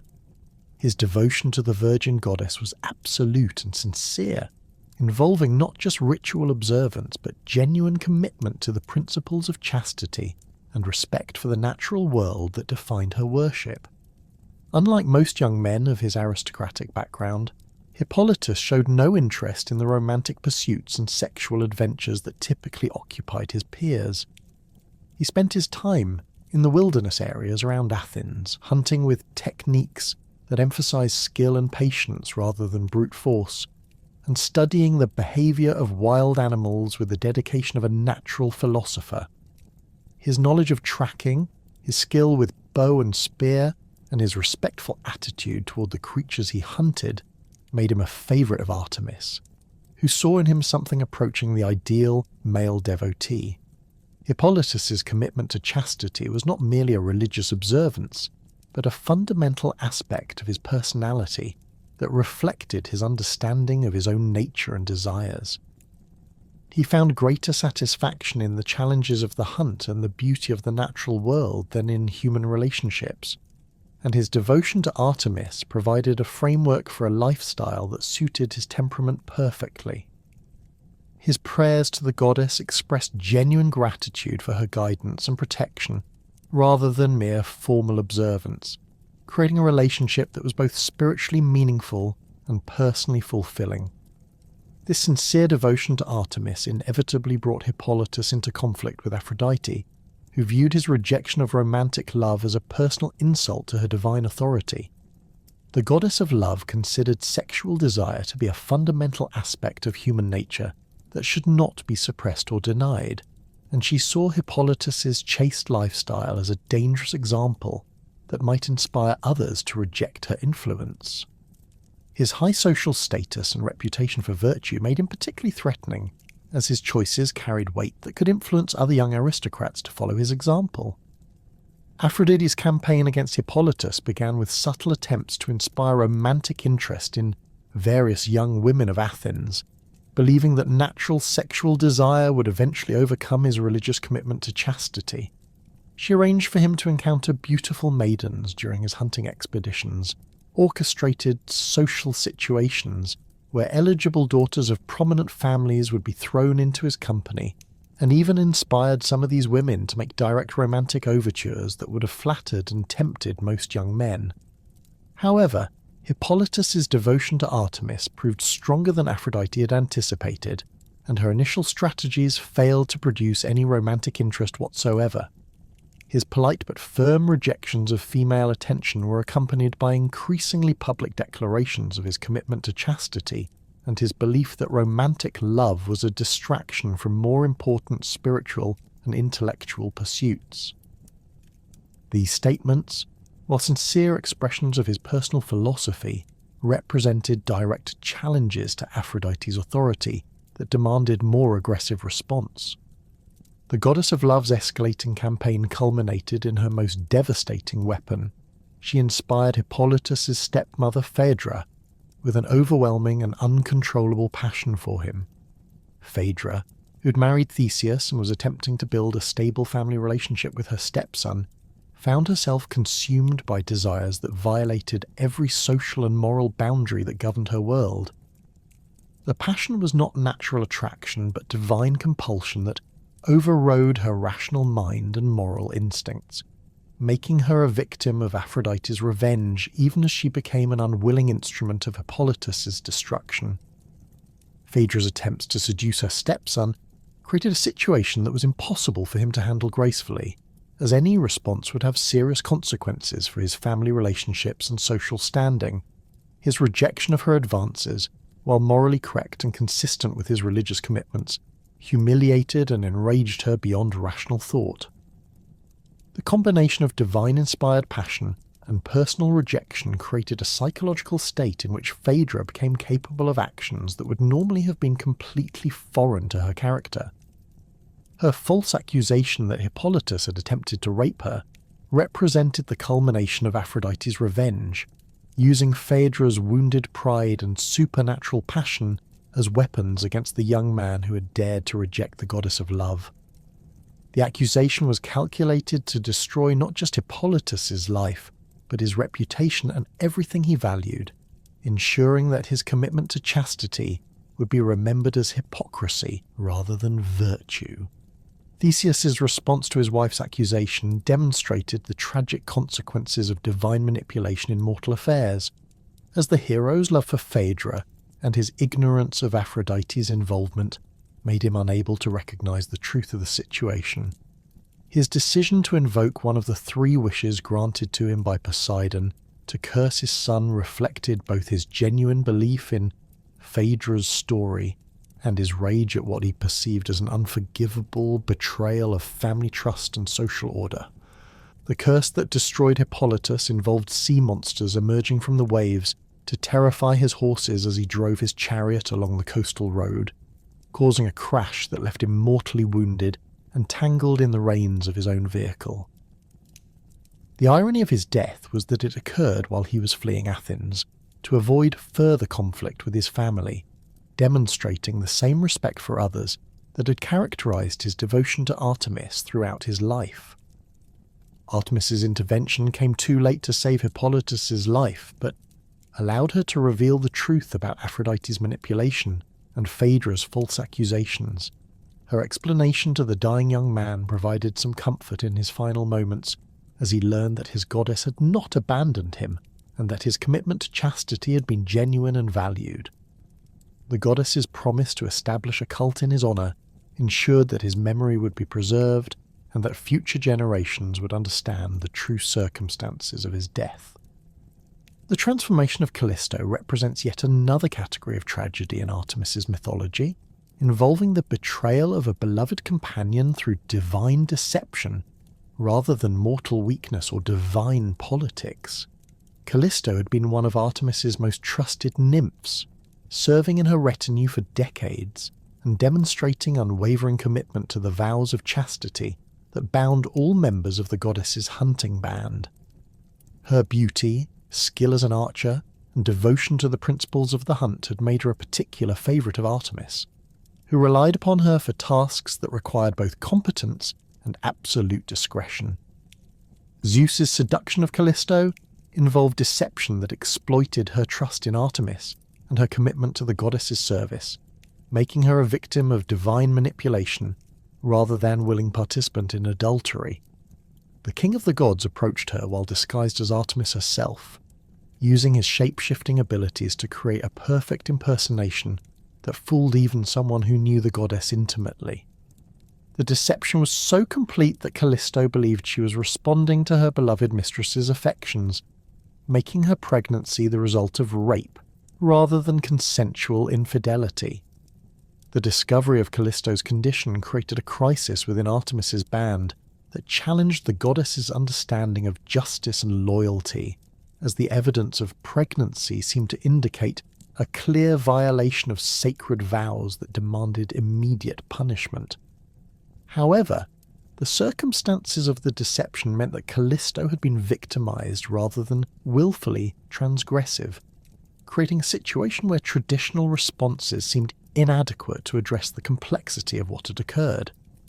Artemis's transformation of Callisto into a bear, while ostensibly a punishment for breaking her vow of chastity, ultimately revealed one of the goddess's most fundamental characteristics, her fierce protection of the innocent, particularly children and those who found themselves victims of circumstances beyond their control.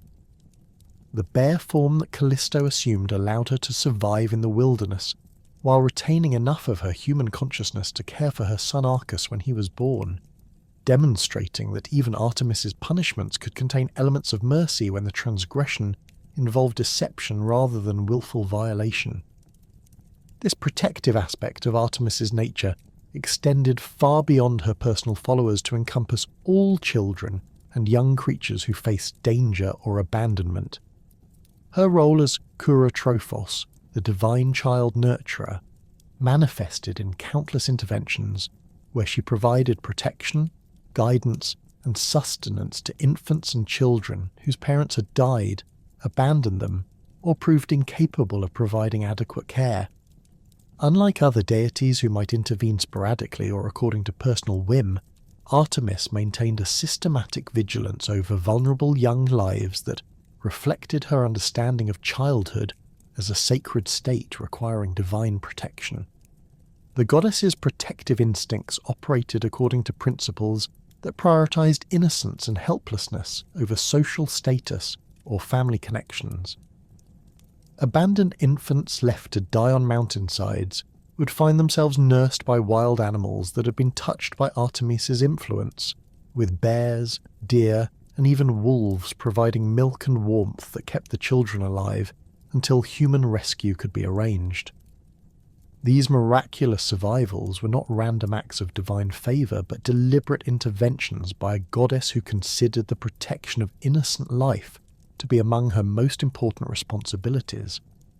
Her network of animal protectors extended throughout the wilderness areas under her domain, creating a supernatural child welfare system that operated independently of human institutions. Female bears that had lost their own cubs would adopt human infants, providing not just nourishment but also protection from predators and exposure to harsh weather. Deer would lead lost children to sources of fresh water and edible plants, while birds would guide them toward human settlements when they were strong enough to travel safely.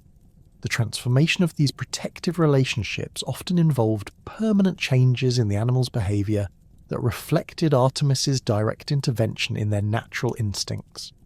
Bears that had served as foster mothers to human children would continue to watch over those areas where infants might be abandoned, patrolling regularly and responding immediately to the cries of distressed babies. Wolves that had been enlisted in child protection would lose their fear of humans entirely when children were involved, approaching settlements to alert adults when youngsters were in danger in the surrounding wilderness. These animal guardians developed supernatural abilities that enhanced their effectiveness as protectors of the young. Their hearing became acute enough to detect infant cries from distances that would normally be impossible, while their tracking skills allowed them to locate lost children across terrain that would challenge even experienced human hunters. Most remarkably, they seemed to develop an intuitive understanding of human child development, providing different types of care as infants grew into toddlers and eventually became capable of more independent survival. The goddess's protection extended to young animals with the same systematic dedication she showed toward human children, creating a comprehensive network of care that encompassed all vulnerable creatures within her domain. Orphaned cubs, fawns, and other young animals that had lost their mothers to hunters, predators, or natural disasters would find themselves adopted by other members of their species under Artemis's influence, ensuring that knowledge and skills necessary for survival were passed down despite the disruption of normal family structures. Her intervention in these adoptions often involved supernatural communication between animals that allowed for complex coordination of care responsibilities. Female deer that had successfully raised their own offspring would receive divine guidance about the location of orphaned fawns, while experienced mother bears would be directed toward cubs that needed protection and training. This system created redundant layers of care that ensured vulnerable young animals had multiple sources of support rather than depending upon single adoptive parents who might themselves face dangers. The seasonal timing of these protective interventions reflected Artemis's deep understanding of natural cycles, and the periods when young creatures were most vulnerable to environmental threats. During harsh winters, she would guide pregnant animals towards sheltered areas where they could give birth safely, while ensuring that adequate food sources remained available despite snow and cold that might otherwise prove fatal. Spring floods that threatened nests and dens would be preceded by supernatural warnings that prompted animals to move their young to higher ground before disaster struck.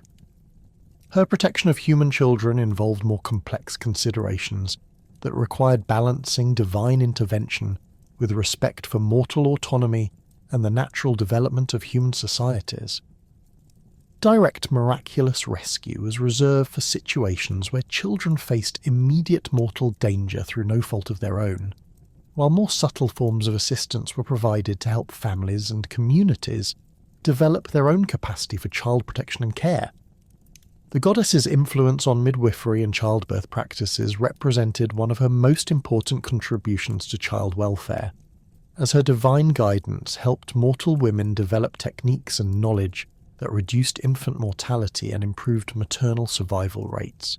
Midwives who served in her temples received training that combined practical medical knowledge with supernatural insights about the birthing process, creating a professional class of birth attendants whose skills exceeded anything that could be achieved through purely human learning.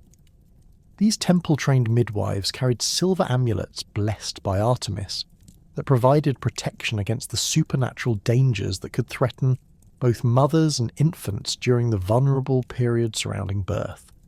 The amulets were believed to ward off evil spirits that might attempt to steal newborn souls, while also providing divine assistance during difficult labours that might otherwise result in death for mother, child, or both.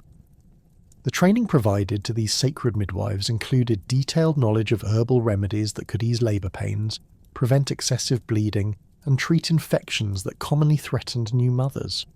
However, the most valuable aspect of their education involved learning to recognise signs of divine displeasure or supernatural threat that might require ritual intervention rather than purely medical treatment.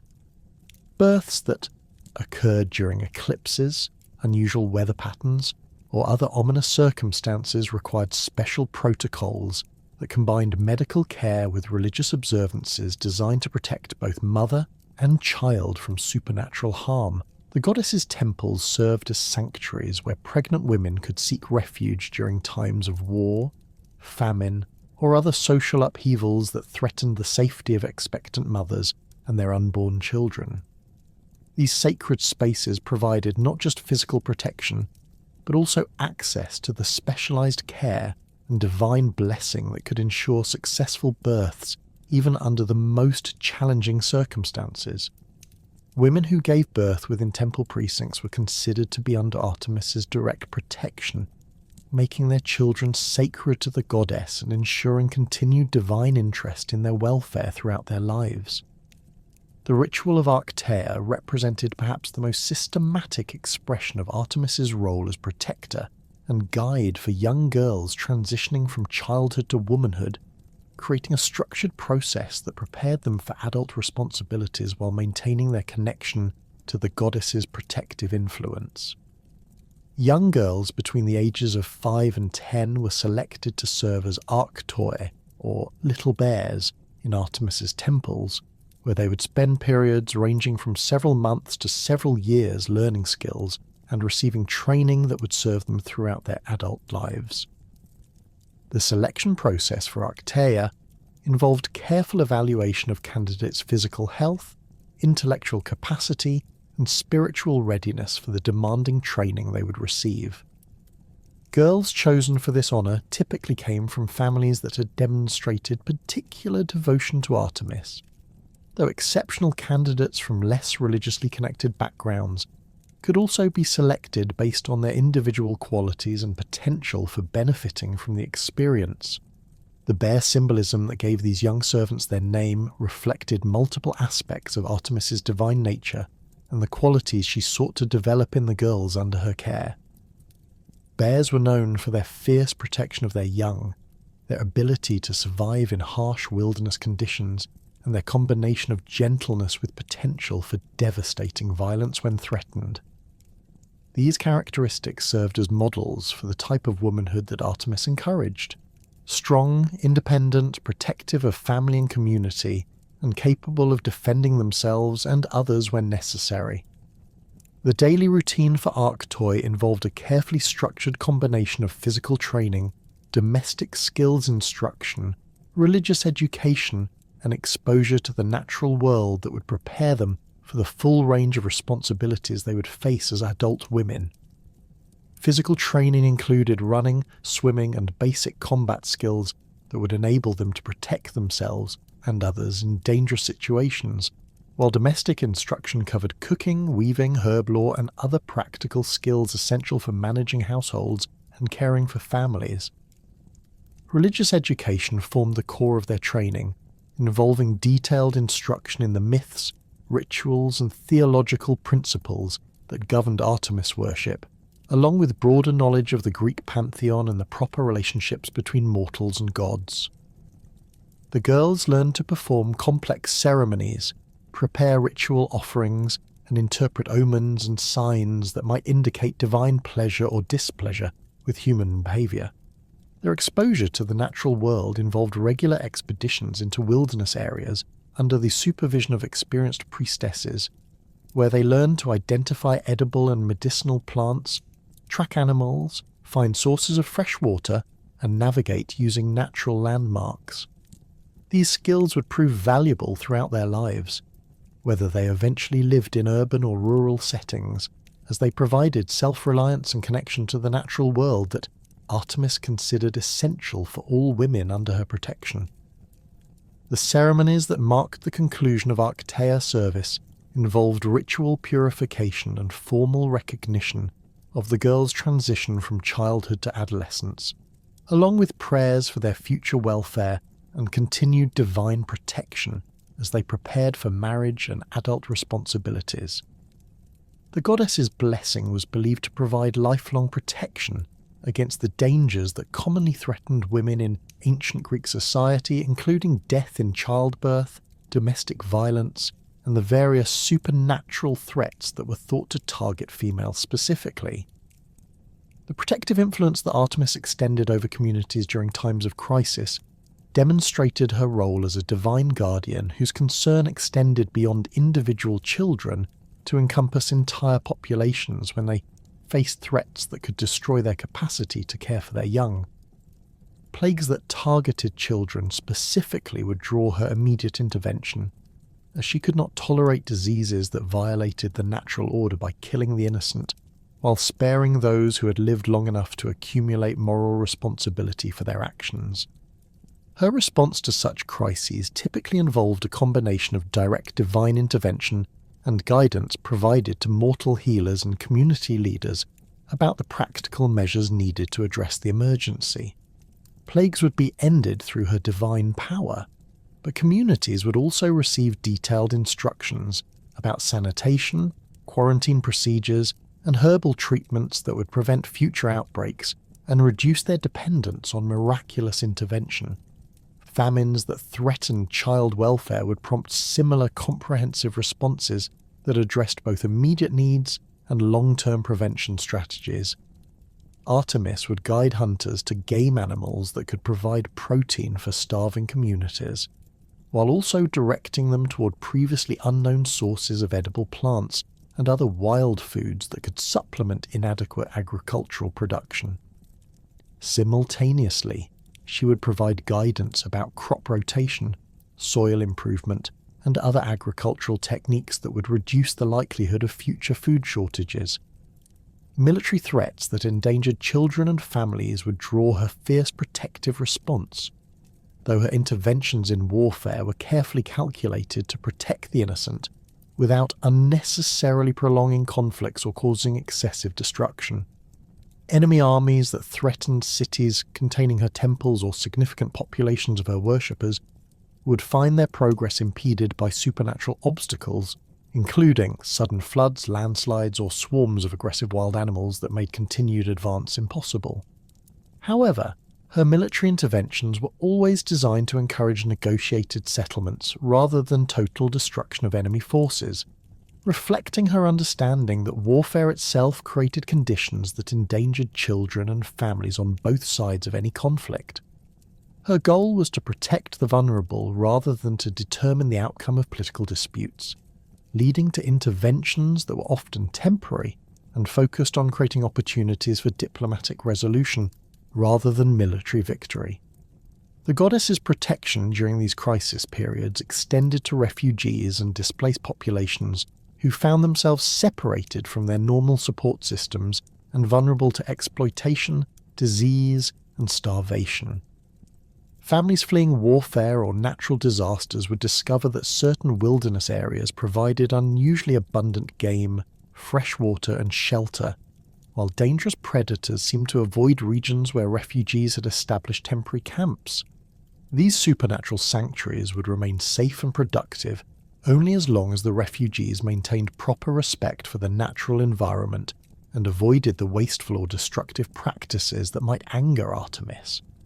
Communities that showed gratitude through appropriate rituals and offerings would continue to receive divine protection, while those that took her assistance for granted or violated her principles regarding treatment of wild animals and natural resources would find their sanctuary withdrawn and their survival dependent entirely upon their own efforts. The divine protection that Artemis extended through her network of animal guardians and human devotees found its most magnificent earthly expression in the Temple of Artemis at Ephesus, a structure so extraordinary that ancient writers counted it among the 7 wonders of the world. This colossal sanctuary represented far more than architectural achievement.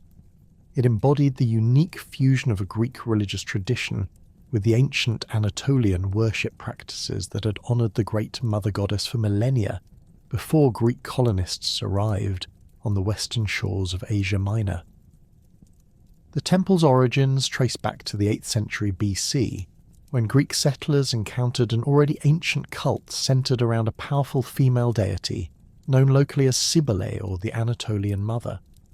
This indigenous goddess possessed attributes that aligned remarkably with Artemis's own domains. She protected wild animals, governed fertility and childbirth, and wielded fierce protective power over her worshippers. Rather than attempting to suppress this established religious tradition, the Greek colonists gradually merged their own Artemis worship with the existing cult, creating a syncretic deity that combined Greek mythological narratives with Anatolian ritual practices and theological concepts. The resulting temple complex reflected this cultural fusion in every aspect of its design and function. The building itself followed Greek architectural principles, with its forest of marble columns arranged according to mathematical proportions that created perfect acoustic properties for religious ceremonies. However, the interior space was organized according to Anatolian traditions that emphasized the goddess's role as cosmic mother and protector of all life. The cult statue, known as the Artemis Ephesia, bore little resemblance to the youthful huntress familiar from mainland Greek art, instead depicting a mature female figure whose torso was covered with what appeared to be multiple breasts, symbolizing her capacity to nourish all living creatures. The construction of the temple required unprecedented coordination of resources and labor that demonstrated the goddess's power to inspire cooperation across cultural and political boundaries. Croesus, the famously wealthy king of Lydia, contributed massive amounts of gold and silver for the building's decoration, while Greek city-states throughout the Mediterranean sent skilled craftsmen and precious materials as offerings to the goddess. The project took over a century to complete, with each generation of builders adding refinements and improvements that enhanced both the structure's beauty and its religious significance. The temple's columns, each standing over 60 feet tall, were carved with intricate reliefs depicting scenes from Artemis's mythology, alongside traditional Anatolian religious imagery. The fusion of these artistic traditions created visual narratives that could be understood by worshippers from diverse cultural backgrounds, while simultaneously educating visitors about the goddess's various aspects and powers. The column bases featured elaborate sculptural programs showing the goddess surrounded by wild animals, emphasizing her role as mistress of all creatures, while the capitals incorporated both Greek acanthus leaves and Anatolian fertility symbols. The massive scale of the temple served practical as well as symbolic purposes, accommodating the enormous crowds that gathered for the major festivals celebrating Artemis throughout the year. The building could hold thousands of worshippers simultaneously, while its surrounding courtyards provided space for the elaborate processions, sacrificial ceremonies, and commercial activities that accompanied religious celebrations.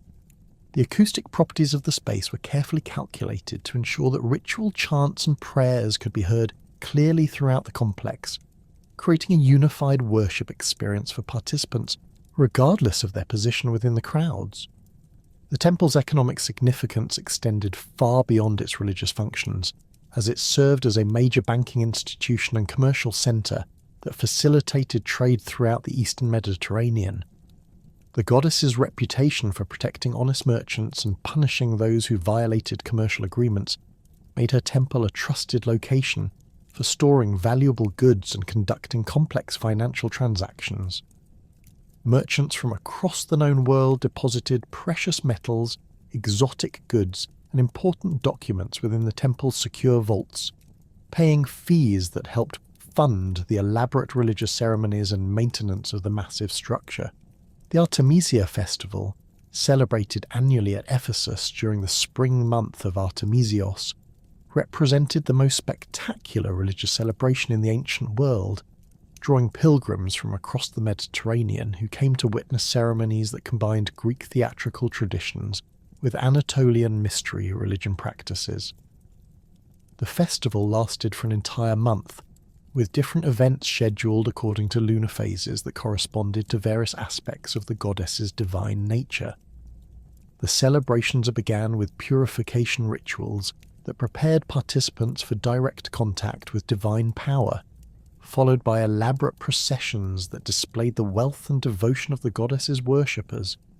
The central procession of the Artemisia involved carrying the sacred cult statue through the streets of Ephesus in a massive wheeled platform decorated with precious metals and gemstones that caught and reflected sunlight in dazzling displays of divine radiance. The statue itself was adorned with jewellery and clothing that had been donated by wealthy worshippers, creating a visual representation of the goddess that emphasised her role as protector of prosperity and abundance. The procession route was carefully planned to pass through every district of the city, ensuring that all residents could witness the goddess's blessing and participate in the celebration regardless of their social status or economic circumstances. The ritual activities during the Artemisia included dramatic presentations of the goddess's mythological adventures, performed by professional actors who had undergone special training in the sacred mysteries that governed these religious dramas. The performances were not mere entertainment, but served as educational tools that taught proper worship practices while reinforcing the theological principles that governed the goddess's relationship with humanity. The most popular presentations involved the stories of Actaeon's transformation and Niobe's punishment, serving as warnings about the consequences of disrespecting divine authority while demonstrating the goddess's power to protect those who honoured her properly. The Brauronia festival, celebrated at the sanctuary of Artemis Brauronia in Attica, focused specifically on the goddess's role as protector of young girls and guide for their transition from childhood to womanhood. This celebration occurred every 4 years and attracted families from throughout the Greek world who brought their daughters to participate in the Actaeon rituals that would prepare them for adult responsibilities. The festival lasted for several days and included competitions, religious ceremonies, and educational activities designed to honour the goddess while providing practical training for the young participants. The sanctuary at Brauron occupied a coastal location that provided both practical advantages for the large crowds that attended the festival and symbolic significance related to the goddess's connection to natural cycles and seasonal changes. The temple complex included dormitories where the Arctoi lived during their service periods, training facilities for physical and domestic skills instruction, and sacred groves where religious ceremonies took place under the open sky in direct connection with the natural world that Artemis protected. The selection ceremonies that identified girls for Actaeon service involved careful evaluation by experienced priestesses who assessed candidates' physical health, intellectual capacity, and spiritual readiness for the demanding training they would receive. The chosen girls underwent ritual purification that symbolically separated them from their previous lives and prepared them for their new roles as sacred servants. They exchanged their regular clothing for special saffron-coloured garments that identified them as belonging to the goddess, while their hair was cut and dedicated to Artemis as a symbol of their temporary separation from normal social relationships. The daily routine for Arctoi during the Brauronia festival intensified their regular training with special activities that emphasized their connection to the goddess's protective power. They participated in ritual hunts, where they tracked and captured small animals that would later be released unharmed, demonstrating their developing skills while respecting the goddess's role as protector of wild creatures. They performed sacred dances that mimicked the movements of various animals, learning to embody the natural grace and power that Artemis represented. The bear symbolism that gave the Arctoi their name was reinforced through elaborate ceremonies where the girls wore bear masks and imitated the behaviour of these powerful animals. The rituals taught them about the fierce protective instincts that mothers needed to defend their families, while also emphasising the importance of balancing gentleness with the capacity for violence when circumstances required decisive action. The bear dances were performed in sacred groves where actual bears had once lived, creating a connection between the participants and the wild animals that served as the goddess's sacred creatures. The priestesses who supervised these activities possessed specialised knowledge that had been passed down through generations of women who had served the goddess in various capacities. Their training included not only religious instruction, but also practical skills in medicine, midwifery and childcare that enabled them to provide comprehensive education to the young girls under their supervision. Many of these priestesses had themselves served as Arctoi in their youth, creating continuity of tradition that ensured the preservation of ancient practices and knowledge. The sacred groves that surrounded Artemis's temples throughout the Greek world served as natural sanctuaries where worshippers could experience direct connection with the goddess's divine presence through contact with the wild environments she protected. These locations were carefully maintained according to strict protocols that preserved their natural character, while making them accessible to human visitors who sought spiritual guidance or divine healing. The trees within these groves were considered sacred and could not be cut or damaged without risking severe divine punishment, while the animals that lived there were protected from hunting and given special care during harsh weather or food shortages. The springs that emerged within these sacred groves possessed particular significance as sources of purification and healing that connected worshippers directly to the goddess's life-giving power. The water from these springs was believed to carry Artemis's blessing and was used in ritual purifications, medical treatments, and ceremonial activities throughout the year.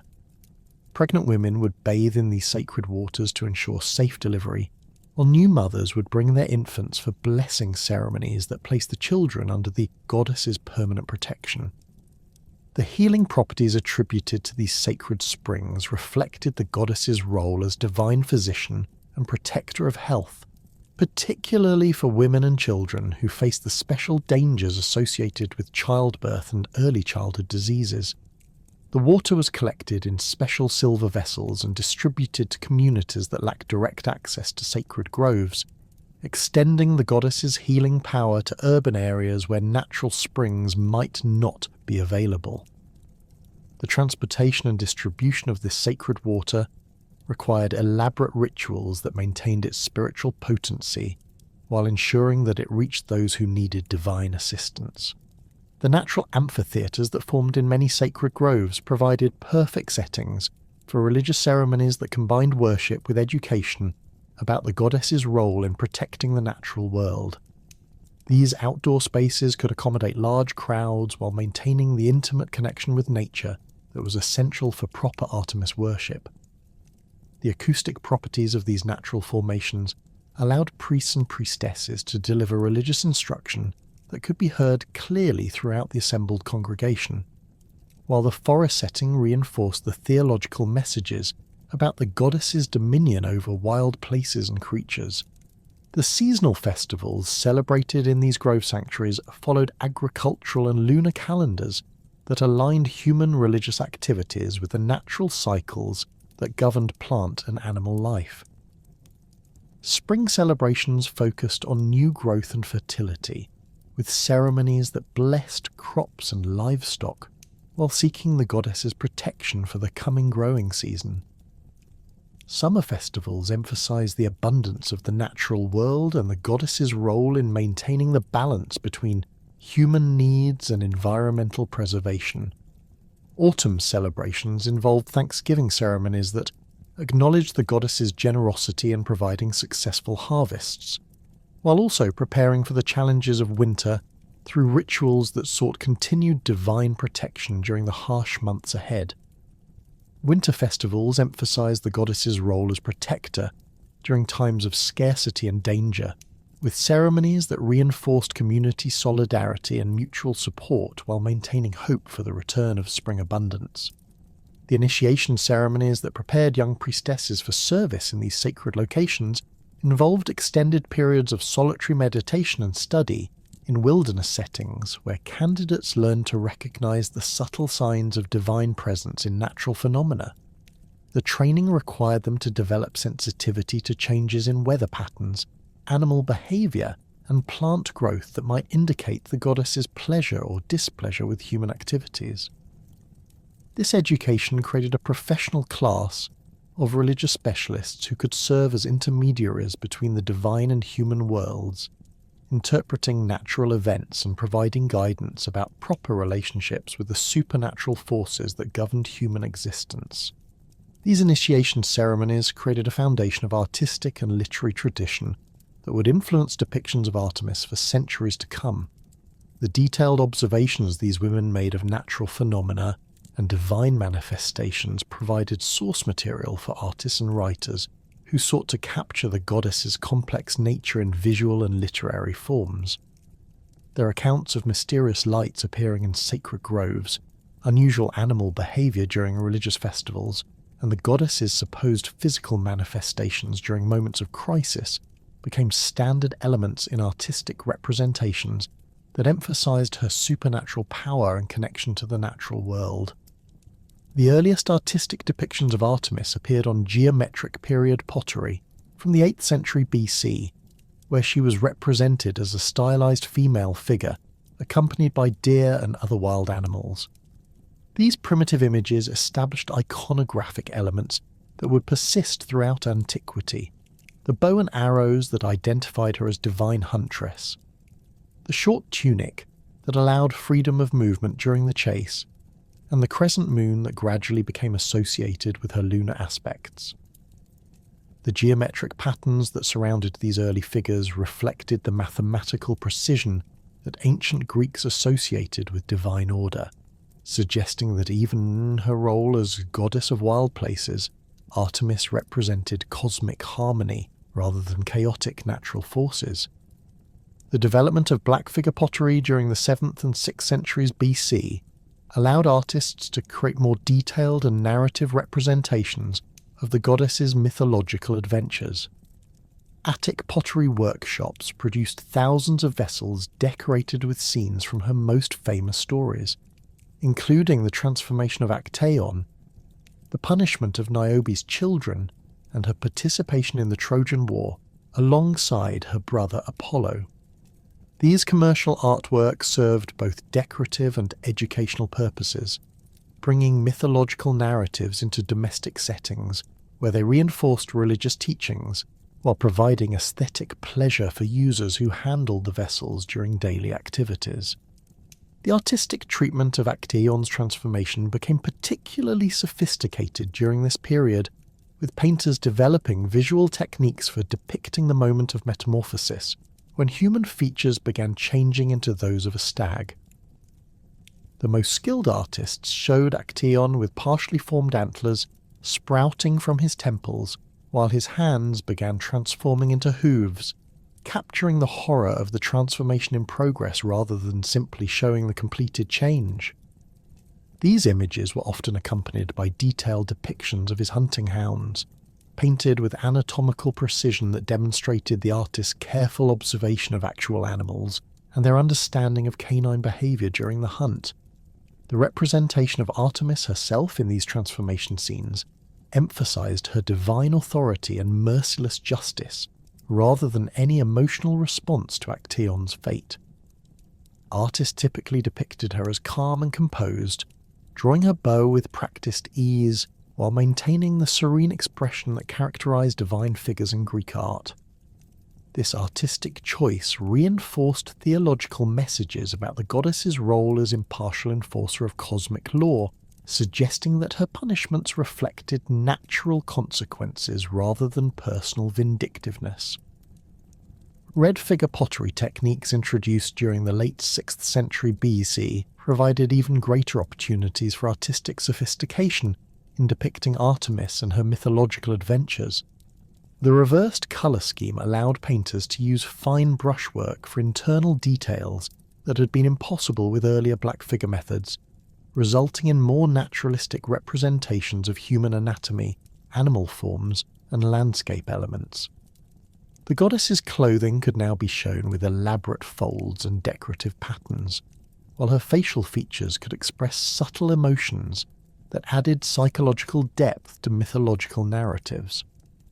The Niobe story became a favourite subject for red figure artists who could now depict the complex emotional dynamics of the tragedy with unprecedented detail. Paintings showed Niobe's transformation from proud queen to grief-stricken mother through subtle changes in posture, facial expression, and gesture that conveyed the progression of her psychological destruction. The most accomplished artists included architectural elements that placed the action within recognisable palace settings, while background figures represented the citizens of Thebes witnessing the divine punishment that was destroying their royal family. These pottery paintings often included inscriptions that identified the various figures and provided brief quotations from literary versions of the myths, creating multimedia presentations that combined visual and textual elements. The inscriptions served educational purposes for viewers who might not be familiar with all the details of complex mythological narratives, while also demonstrating the artists' literacy and their engagement with contemporary literary traditions. Some of the finest examples included poetic verses that had been composed specifically for the visual presentations, suggesting close collaboration between painters and poets in creating these artistic works. Sculptural representations of Artemis developed along parallel lines with pottery painting, but faced different technical challenges related to working in three-dimensional media. Early archaic sculptures showed her as a static figure holding her bow and accompanied by deer, with emphasis on symbolic attributes rather than naturalistic representation. The rigid poses and stylized features characteristic of archaic art suited the goddess's role as eternal and unchanging divine force, while the elaborate decorative patterns carved into her clothing reflected the mathematical precision associated with cosmic order. The revolutionary developments in classical sculpture during the 5th and 4th centuries BC transformed artistic approaches to depicting Artemis by introducing more naturalistic anatomy and dynamic poses that suggested movement and emotional expression. Sculptors like Praxiteles created bronze and marble figures that showed the goddess in action, drawing her bow or striding through forest settings with fluid grace that captured both her physical beauty and her deadly competence as divine huntress. These works required unprecedented technical skill in representing human anatomy, drapery, and the interaction between figures and their environments. The famous statue of Artemis, created by Leoschares for her temple at Ephesus, represented the pinnacle of classical sculptural achievement in depicting the goddess, though only Roman copies survived to suggest the original's appearance. The figure showed her in the moment of drawing her silver bow, with every muscle tensed for the shot while her expression remained calm and focused. The sculptor's mastery of bronze casting techniques allowed for incredibly fine details in the goddess's hair, clothing, and the decorative elements of her weapon, creating a work that impressed viewers with both its artistic beauty and its suggestion of supernatural power. The cult statue known as the Artemis Ephesia represented a completely different artistic tradition that emphasized the goddess's role as cosmic mother and protector of all life, rather than her identity as youthful huntress. This massive figure, carved from dark wood and decorated with gold, silver and precious stones, showed a mature female deity whose torso was covered with what appeared to be multiple breasts, symbolizing her capacity to nourish all living creatures. The statue's rigid frontal pose and elaborate decorative elements reflected ancient Near Eastern artistic conventions that had been adapted to Greek religious purposes through the cultural synthesis that occurred at Ephesus. The artistic program surrounding the Artemis Ephesia included elaborate relief sculptures that covered the temple's architectural elements with scenes depicting the goddess's power over wild animals, her protection of cities and their inhabitants, and her role in cosmic processes that governed fertility and natural cycles.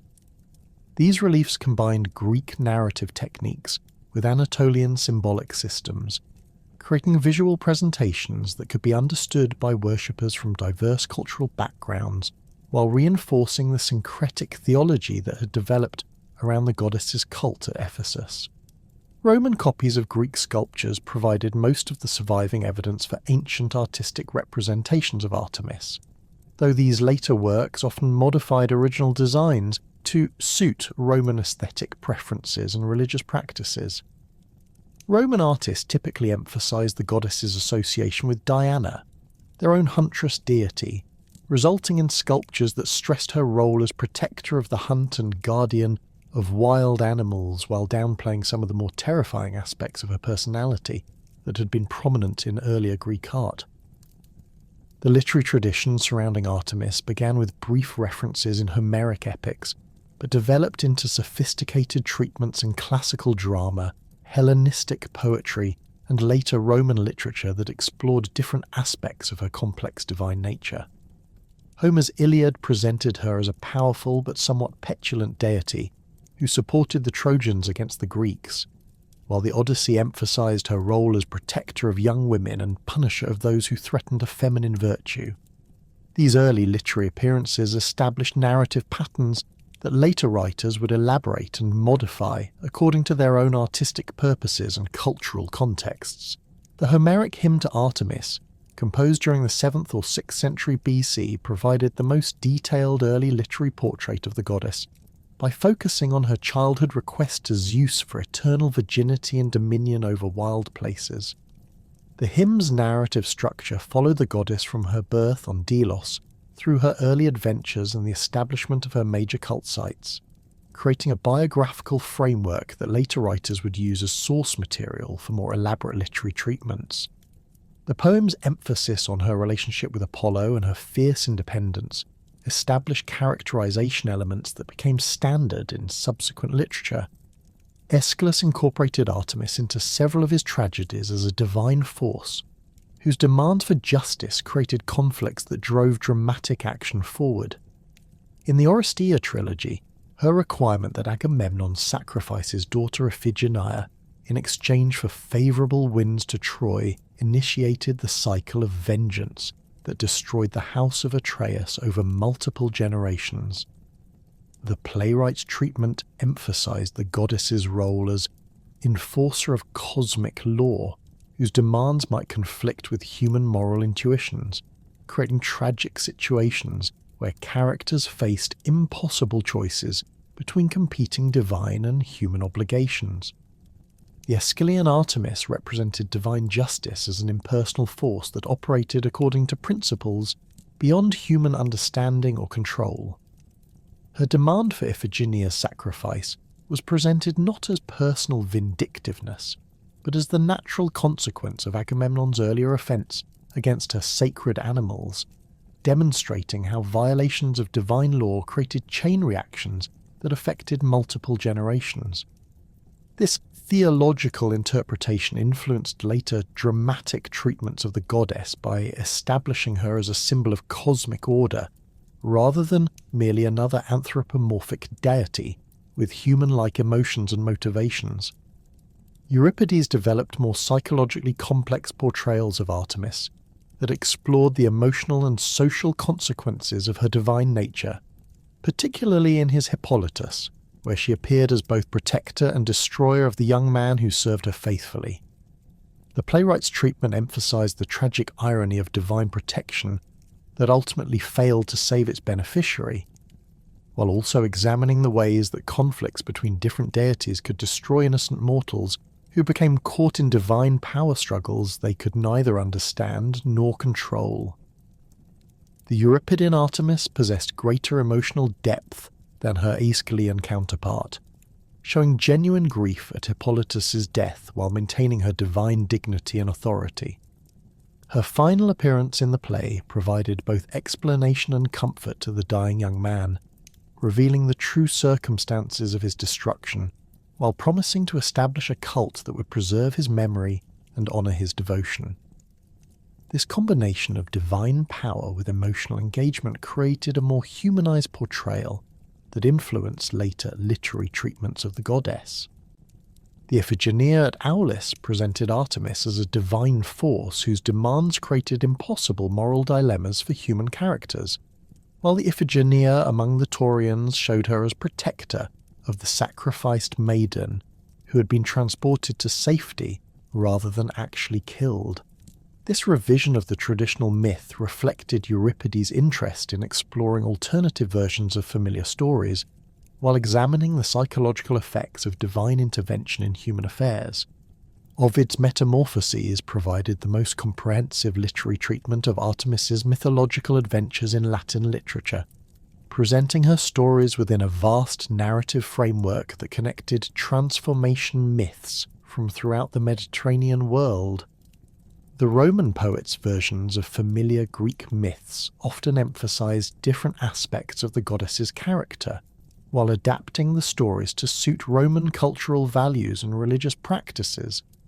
His account of Actaeon's transformation focused on the horror and pathos of the hunter's fate, while his treatment of the Niobe story emphasized the psychological progression of the queen's destruction. The Ovidian Artemis combined Greek mythological elements with Roman religious concepts related to Diana, creating a syncretic literary figure that reflected the cultural fusion that characterized the Roman Empire during the early imperial period. The poet's emphasis on transformation as the recurring theme allowed him to explore the goddess's power to reshape both physical reality and human consciousness, while his sophisticated narrative techniques created psychologically complex portraits of characters caught in divine power struggles. Ovid's influence on later European literature was enormous, as his versions of classical myths became standard source material for medieval, Renaissance, and modern writers who sought to incorporate ancient mythology into contemporary literary works. His portrayal of Artemis as a beautiful but dangerous goddess whose protection could be as destructive as her wrath became the dominant literary interpretation that influenced artistic and cultural representations for centuries after the fall of the Roman Empire. The transformation of Artemis into Diana during the Roman period involved not only religious syncretism but also artistic and literary adaptations that modified Greek traditions to suit Roman cultural preferences and political purposes. Roman artists typically emphasized Diana's role as huntress and protector of the Roman people, while downplaying some of the more terrifying aspects of her Greek predecessor's personality.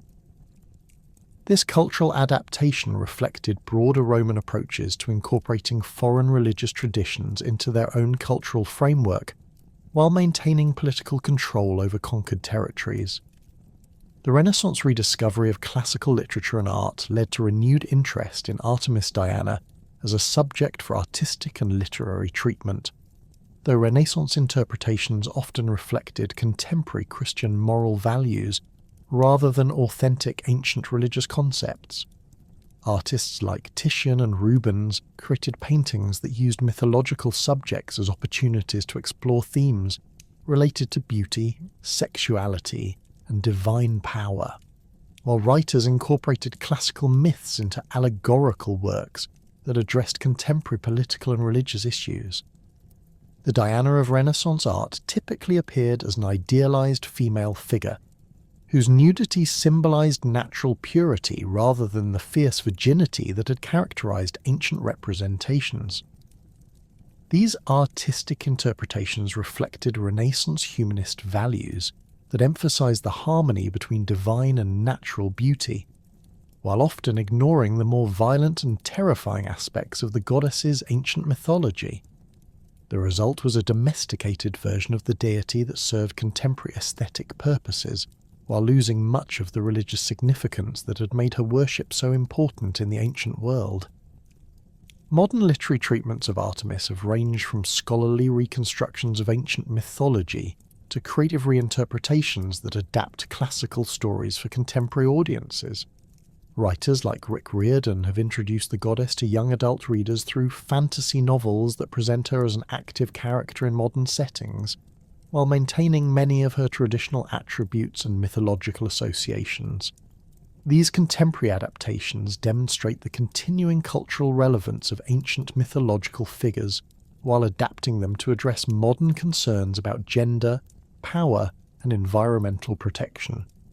The feminist movement's embrace of Artemis as a symbol of female autonomy represents just one facet of her profound psychological and symbolic significance that extends far beyond contemporary political interpretations. At her core, Artemis embodies the archetype of the wild, untamed feminine, a psychological force that exists independently of male validation or control, drawing power from sources that predate and transcend patriarchal social structures. This aspect of her nature resonates across cultures and historical periods because it speaks to fundamental human experiences of wilderness, independence, and the fierce protective instincts that emerge when core values are threatened.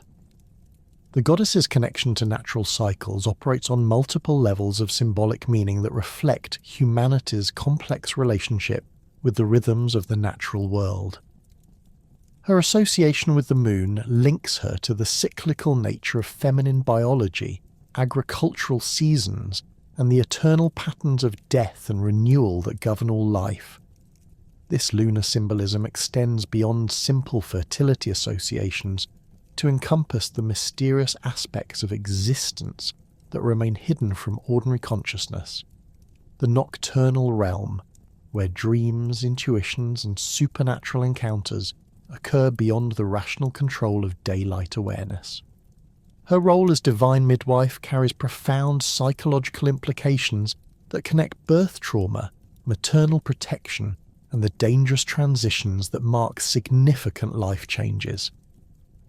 The ancient understanding of childbirth as a moment when the boundaries between life and death become permeable made Artemis's presence essential during these vulnerable periods when supernatural threats posed the greatest dangers to both mothers and infants.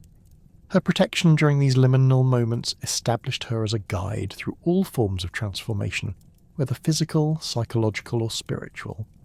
The silver arrows that served as her primary weapons represent precision, discrimination, and the ability to strike at exactly the right moment to achieve desired effects. This symbolic arsenal suggests psychological qualities of focused intention, emotional clarity, and the capacity to act decisively when circumstances require immediate response. The arrow's supernatural properties, their ability to bring either merciful death or prolonged suffering depending upon the target's worthiness, reflect the goddess's role as arbiter of justice who can distinguish between genuine innocence and hidden guilt. Her eternal virginity functions as more than simple celibacy, representing instead a state of psychological wholeness that does not depend upon external relationships for completion or validation. This self-contained divine nature suggests an ideal of personal integrity that remains uncompromised by social pressures or emotional dependencies. The fierce protection of this virginal state, through devastating punishments for those who threatened it, demonstrates the psychological principle that authentic selfhood must be defended against all attempts at violation or corruption. The goddess's dominion over wild animals reflects humanity's ancient recognition that survival depends upon understanding and respecting the natural forces that operate beyond human control. Her ability to communicate with creatures that remain forever alien to human consciousness suggests psychological capacities for intuitive understanding that transcend rational analysis. The protection she extended to vulnerable young animals mirrors the nurturing instincts that emerge when civilized beings encounter innocence under threat from predatory forces. Artemis serves as a crucial bridge between the civilized and natural worlds, embodying the tension between human social development and the wild forces that civilization attempts to control or eliminate. Her temples, located at the boundaries between settled areas and wilderness regions, provided spaces where these two realms could interact safely under divine supervision. The rituals performed in these liminal locations taught worshippers how to maintain proper relationships with natural forces while developing the cultural institutions necessary for complex social organization. Her stories consistently emphasize that attempts to completely dominate or ignore natural forces result in devastating consequences that can destroy entire communities. The punishment she inflicted upon those who violated natural law served as warnings about the dangers of hubris that leads humans to believe they can operate independently of the ecological systems that sustain all life. Her protection of sacred groves and wild animals demonstrated that sustainable human development requires maintaining spaces and relationships that honour the autonomy of non-human life forms. The goddess's role in teaching proper hunting practices established ethical frameworks for human interactions with the natural world that recognised both legitimate human needs and the rights of wild creatures to exist according to their own nature. Her insistence that hunters take only what they needed and use everything they killed provided practical guidelines for sustainable resource use that prevented the wasteful exploitation that could lead to ecological collapse. These ancient principles remain relevant for contemporary environmental challenges that require balancing human development with ecosystem preservation. The seasonal festivals that celebrated different aspects of her divine nature created ritual calendars that synchronized human activities with natural cycles, ensuring that agricultural work, hunting seasons, and community celebrations occurred at times when they would be most effective and least disruptive to ecological balance. These ceremonial frameworks taught participants to recognize their dependence upon natural systems while providing structured opportunities to express gratitude for the abundance that proper relationships with the environment could provide. Her protection during times of crisis demonstrated divine concern for maintaining the conditions necessary for healthy community development, particularly the safety of children and families who represented the future continuation of human culture. The supernatural assistance she provided during famines, plagues, and military conflicts showed that divine favour depended upon communities maintaining proper respect for natural law and social justice. Her interventions typically addressed both immediate emergencies and the underlying causes that had created crisis conditions. Modern spiritual practices have rediscovered Artemis as a powerful archetypal figure whose ancient wisdom remains relevant for contemporary seekers attempting to develop authentic relationships with both their own inner nature and the natural world around them. Neo-pagan traditions particularly value her as a goddess who validates feminine strength and independence, while providing guidance for those seeking to live according to ecological principles that honour the interconnectedness of all life forms. Contemporary practitioners often invoke her protection during wilderness experiences, viewing time spent in natural settings as opportunities for spiritual renewal and psychological healing that cannot be achieved within purely human-constructed environments. Her association with the moon makes her particularly significant for those who practice lunar-based spirituality that aligns personal and community activities with celestial cycles. These modern applications of ancient practices demonstrate the continuing relevance of mythological wisdom for addressing contemporary spiritual needs. The goddess's fierce protection of her followers appeals to modern practitioners who face various forms of persecution or discrimination based on their spiritual beliefs, gender identity, or lifestyle choices. Her reputation for devastating punishment of those who threatened her devotees provides psychological support for individuals who must defend their authentic selves against social pressures that demand conformity to conventional expectations. This protective aspect makes her particularly popular among those seeking divine assistance in maintaining personal integrity despite external opposition.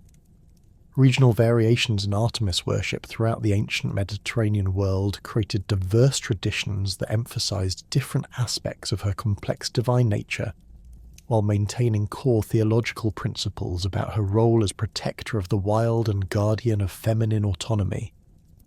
The Ephesian tradition that merged Greek Artemis with Anatolian mother goddess worship produced elaborate ceremonial practices that emphasized her cosmic significance and her role in governing fertility cycles that affected both human communities and natural ecosystems. The Baronian cult that focused on her protection of young girls created specialized rituals and educational programs that prepared participants for adult responsibilities while maintaining their connection to divine feminine power. The Actaeon ceremonies that transformed girls into symbolic bears taught important lessons about balancing gentleness with fierce protective instincts, providing psychological preparation for the challenges they would face as adult women in societies that often undervalued feminine strength and wisdom. The hunting cults that developed in mountainous regions throughout Greece emphasized her role as divine teacher whose guidance was essential for sustainable interactions with wild animal populations. These traditions preserved ancient knowledge about animal behavior, tracking techniques, and ethical hunting practices that maintained ecological balance while meeting legitimate human needs for protein and other animal products. The ritual protocols that governed these hunting practices created spiritual frameworks that prevented the purely exploitative relationships with nature that could lead to environmental destruction. Lesser-known myths from various regions reveal additional aspects of her character that were not emphasized in the major literary traditions that have dominated modern understanding of her mythology. Local stories often portrayed her as a more approachable figure who intervened directly in human affairs to protect specific communities or individuals who had earned her favour through exceptional devotional service. These regional narratives provide evidence for worship practices that emphasize personal relationships with the goddess, rather than the formal ceremonial observances that characterized major temple cults. Archaeological evidence from sanctuary sites throughout the Mediterranean world reveals the diversity of offerings that worshippers presented to gain her favour, ranging from elaborate silver arrows and hunting equipment to simple clay figurines of animals and children. These material remains demonstrate that her worship attracted devotees from all social levels, with wealthy aristocrats and humble farmers alike seeking her protection and guidance. The variety of votive offerings also suggests that her divine assistance was sought for a much broader range of human concerns than the major myths might suggest. Scholarly debates about her origins continue to evolve as new archaeological discoveries and comparative religious studies provide fresh insights into the development of her cult and its relationships to other Mediterranean religious traditions. Recent research suggests that her worship may have incorporated elements from pre-Greek goddess traditions that were more ancient and widespread than previously recognized, indicating that her mythology preserved religious concepts that originated in Neolithic agricultural societies that first developed systematic relationships with domesticated animals and cultivated plants. The question of her relationship to pre-Greek goddesses remains particularly complex because the evidence suggests multiple layers of religious syncretism that occurred over centuries of cultural contact and exchange. The Artemis Ephesia clearly incorporated Anatolian goddess traditions, while other regional variants show influences from Thracian, Illyrian, and possibly even earlier indigenous European religious practices. These diverse influences created a composite deity whose worship could accommodate various cultural approaches to understanding divine feminine power while maintaining recognizable core characteristics.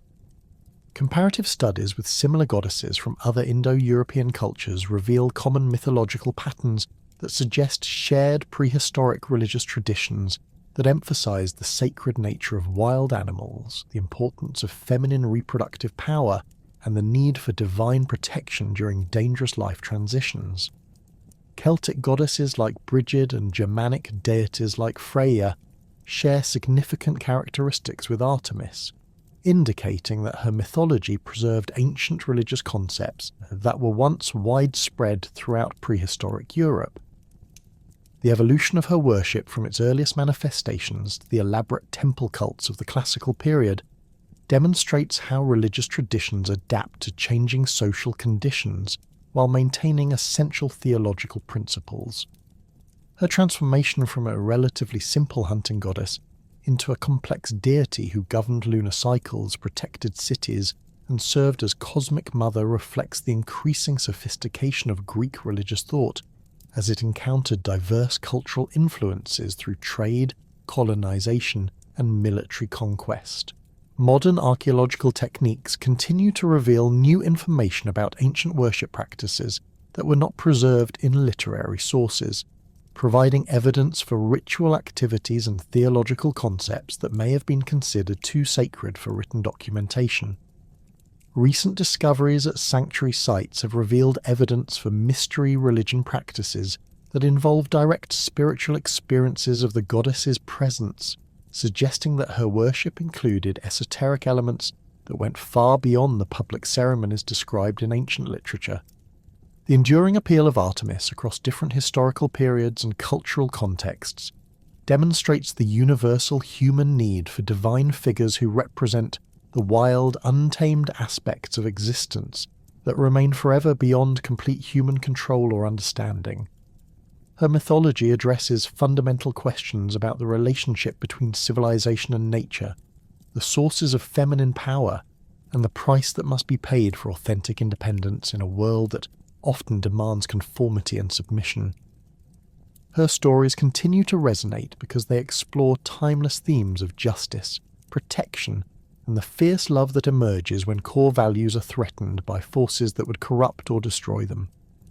The goddess who demanded absolute respect for her sacred boundaries while extending devastating protection to those who honoured her properly represents psychological and spiritual principles that remain relevant for anyone seeking to live with integrity and authenticity. The mysteries that surround Artemis, her origins and prehistoric goddess worship, the exact nature of her relationship to lunar cycles, and the true meaning of her eternal virginity ensure that she will continue to inspire new interpretations and discoveries. As humanity faces unprecedented environmental challenges that require rediscovering sustainable relationships with the natural world, her ancient wisdom about the proper balance between human needs and ecological preservation offers guidance that transcends the specific cultural contexts in which her worship originally developed. The eternal huntress continues her nocturnal journey across the heavens, her silver arrows ready to defend the innocent and punish those who violate the sacred laws that govern the relationship between civilization and the wild. Her enduring presence in human consciousness reflects our deepest understanding that some aspects of existence must remain forever free, forever wild, and forever protected from the forces that would seek to dominate or destroy the mysterious sources of life itself. In honouring Artemis, we acknowledge our own need for the untamed wisdom that flows from the wild places of both the external world and the human soul, recognizing that true strength comes not from conquest but from respectful partnership with forces greater than ourselves.